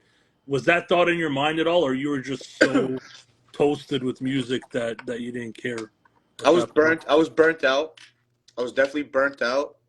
And I was comfortable with the amount of music I had in the stash. I needed a break. I remember talking with my boy Crime Apple, telling him like, "Yo, I'm about to like take like a 6 month break. I'm about to go work in the bush." And Crime Apple thought it was a bad idea. And just to show you, like, I have people around me that aren't just gonna tell me what I want to hear. You know what I mean? Which I'm Mm. very grateful for. Crime Apple was like, "Yo, I don't think that's a good idea," and like, yo, theoretically, it wasn't a good idea, but because the market is so competitive that like I'll drop something that I think's dope, and then Rome will drop a fucking nuke, and then Crime will drop a nuke, and Knack and Davino and everybody's setting bombs off everywhere. So it was like theoretically, it was like, yo, I might lose. I'm not here to guard my position no more. But I was able to like make like some content like on my stories and shit. My engagement went through the roof. Wow. I was doing something that nobody else was doing. So it shows you when you really show your personality, it goes a long way. That's like a proof, right? Like people say that a lot, but not everyone really shows those other sides of their personality, right? So, It was a gamble and it worked out, you know? uh, Um, thank God that like making music is what I do. It's my career. Um, but I can do other shit than just rap. You know what I mean? Like I could go fishing for real. And I could live in the it proved to me that yo, like I'm a versatile dude. I can interact with people from all walks of life. Um it turned me into a man, bro. Like I was like just a city dude, a Brampton dude. Um and now I'm like a guy interacting with these rough neck toothless motherfuckers from the bush. I'm driving boats in the fucking rain and the wind, picking up guests. Like right. I'm doing all kind of crazy, bro. Working 12-hour shifts for $100 a day. So I was like theoretically making less than minimum wage, but my rent and my food was paid for. All I had to do was like spend money on beer and shit. Um, the single-handed greatest experience of my life. Wow. And just for me to move forward as an artist, that was necessary because otherwise I would have continued to make the same music I was making.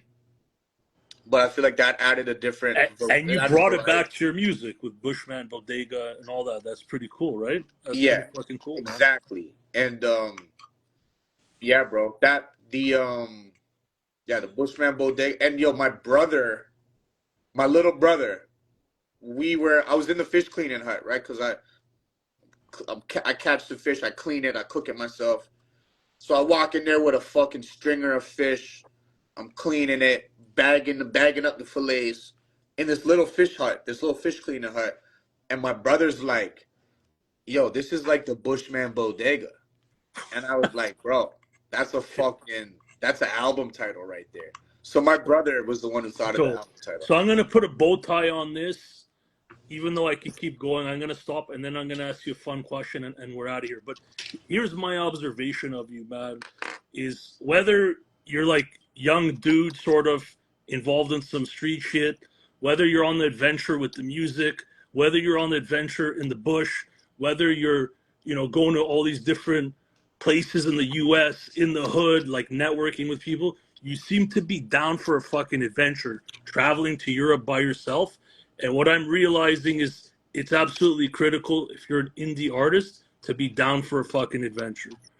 And I didn't even get into the story about you doing shrooms at DJ Muggs' studio. I'm not going to get into it because we're going to open the door again. But like to even do that on a first visit, like clearly you're down to live in the moment. You're down for fucking adventure, man. That's what I take from you when yeah, man. So I think I didn't mean to cut you. I think that's what holds a lot of people back because there's no. I mean, yo, bro, one of those times I went to Europe. I was gone for like a month and a half. I had like paid all my bills, and I went to Europe with $200 to my name, bro. And I was like, I barely, and it was like I went. It's like Grand Theft Auto, like where you start with $500 and then bro, by the time I came back with a bag, and I was able to like live mad frugally. Starting off, I went from eating like shawarma, like $5 shawarmas, right. in Copenhagen. Like I would go to Copenhagen most times. I went to France, but my headquarters is in Copenhagen, so they go by the Danish krona. I'm eating cheap meals, drinking cheap beer, not going out, staying in the studio like 14 hours a day. Shout out to my dude Mass and Ghost Notes and my dude Felix DeLuca. And then it was like I would graduate from eating shawarma. Now I'm eating steak. Now we're oceanside eating. You know what I mean? So like I went one of those. Like a lot of people wouldn't have taken that risk, bro. I went there. I paid all my bills for the month. And I was good. And I was like, yo, I need to make sure I got money to pay my rent when I get back. And bro, did a bunch of shows, got some features while I was out there, met a whole bunch of great people, came back with a bag. And I feel like that holds a lot of people back, bro. Like the risk, I'm a risk taker by nature. And like you said, man, if you're not down for the adventure, bro, by the time you get too old to take those risks, you're going to look back and be like, fuck, bro, should have did that shit. You know what I mean? So before I ask my closing question, the Ghost Notes album, Estes Method, when's that dropping? March 7th. March 7th. March 7th, we dropped One Ways. The single, the video is out on YouTube now.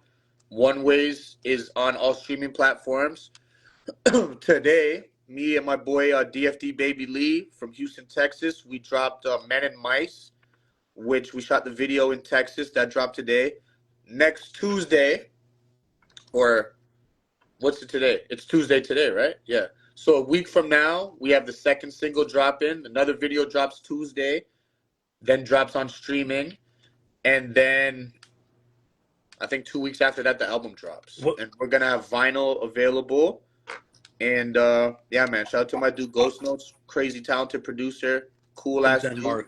So yes, sir. Yeah, drops March 7th and another single dropping next week. I'll just say what you did let me hear of it. It sounds like some of your most introspective work. And what I heard of it, it adds character to your catalog, which is already incredible. Thank you. I suggest people stay tuned and tapped in for that one. Yes, so sir. Here's my closing question, man. If I could put you in a house by the water, by the bush, you got your reasonable sized boat, maybe you got a jet ski, you got some money in your account, some assets, more than whatever you have now.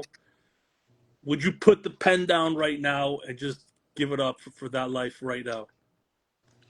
Not right now. Not today, because I still Even if we gave you all that, you got all that instantly. If it was like I'll guarantee you this right now, but it'll only be a certain amount. I would say, nah, man, give me a couple more years and I'll go get that myself plus more. Beautiful. That's amazing, bud.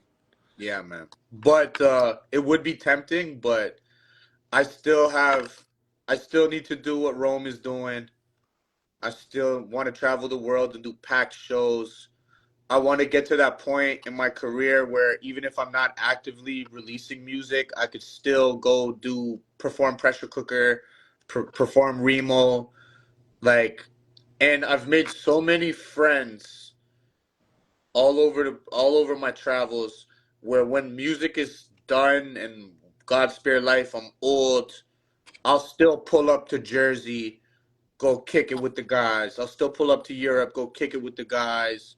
You know what I mean? So I'm not ready to put it all. I'm not ready yet. I still got some running to do. You know, still got some tread on the tires, and I got some goals I need to accomplish. I need to move my position up, but one day, bro, it would be tempting, but no, I couldn't do it, bro. Music is like therapy for me, bro. At this point, if I were to give it all up, I'd be in the bush and go crazy in the bush. Got it, man.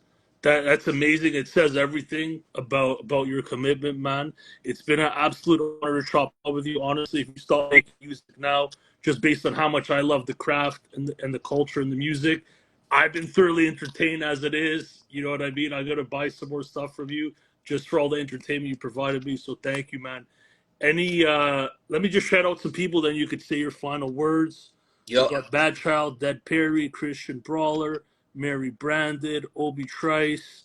This is hip hop. We could go forever. There's been 20 people in here at all times. I could keep going, man. Any final words before we depart? First and foremost, man, thank you to you for a great conversation. It was great meeting you and chopping it up with you at the Onyx show.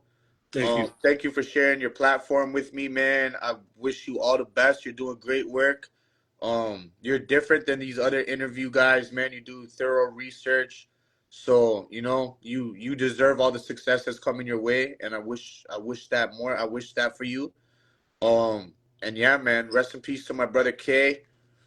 Rest That's in my peace. guy right here, man. R.I.P. We just had to put him in the dirt today, bro, but his Today, spirit lives on. bro, and he still did the interview. Fucking 3.5 hours. Yeah, bro, and I maybe got 3.5 hours sleep like the last 2 days Oh my combined. god, So I'm running out you're a fumes right machine, man. You're a machine. now. Yeah, man. Just thank you to everybody that listens to my music, purchases the music. Everybody that hits my DM with like words of encouragement, and yeah, man. Estes Method drops March 7th. Me and Futurewave are dropping May 1st. And I got nukes in the tuck, man. There's a lot of good music. I feel like a lot of my best music is still to be dropped and to be recorded. So thank you for everybody that's made it this far with me. And yeah, man, good shit on the way. Amazing. Thanks, everyone. Have a great night, man. Yes, sir. Peace, my brother. Peace.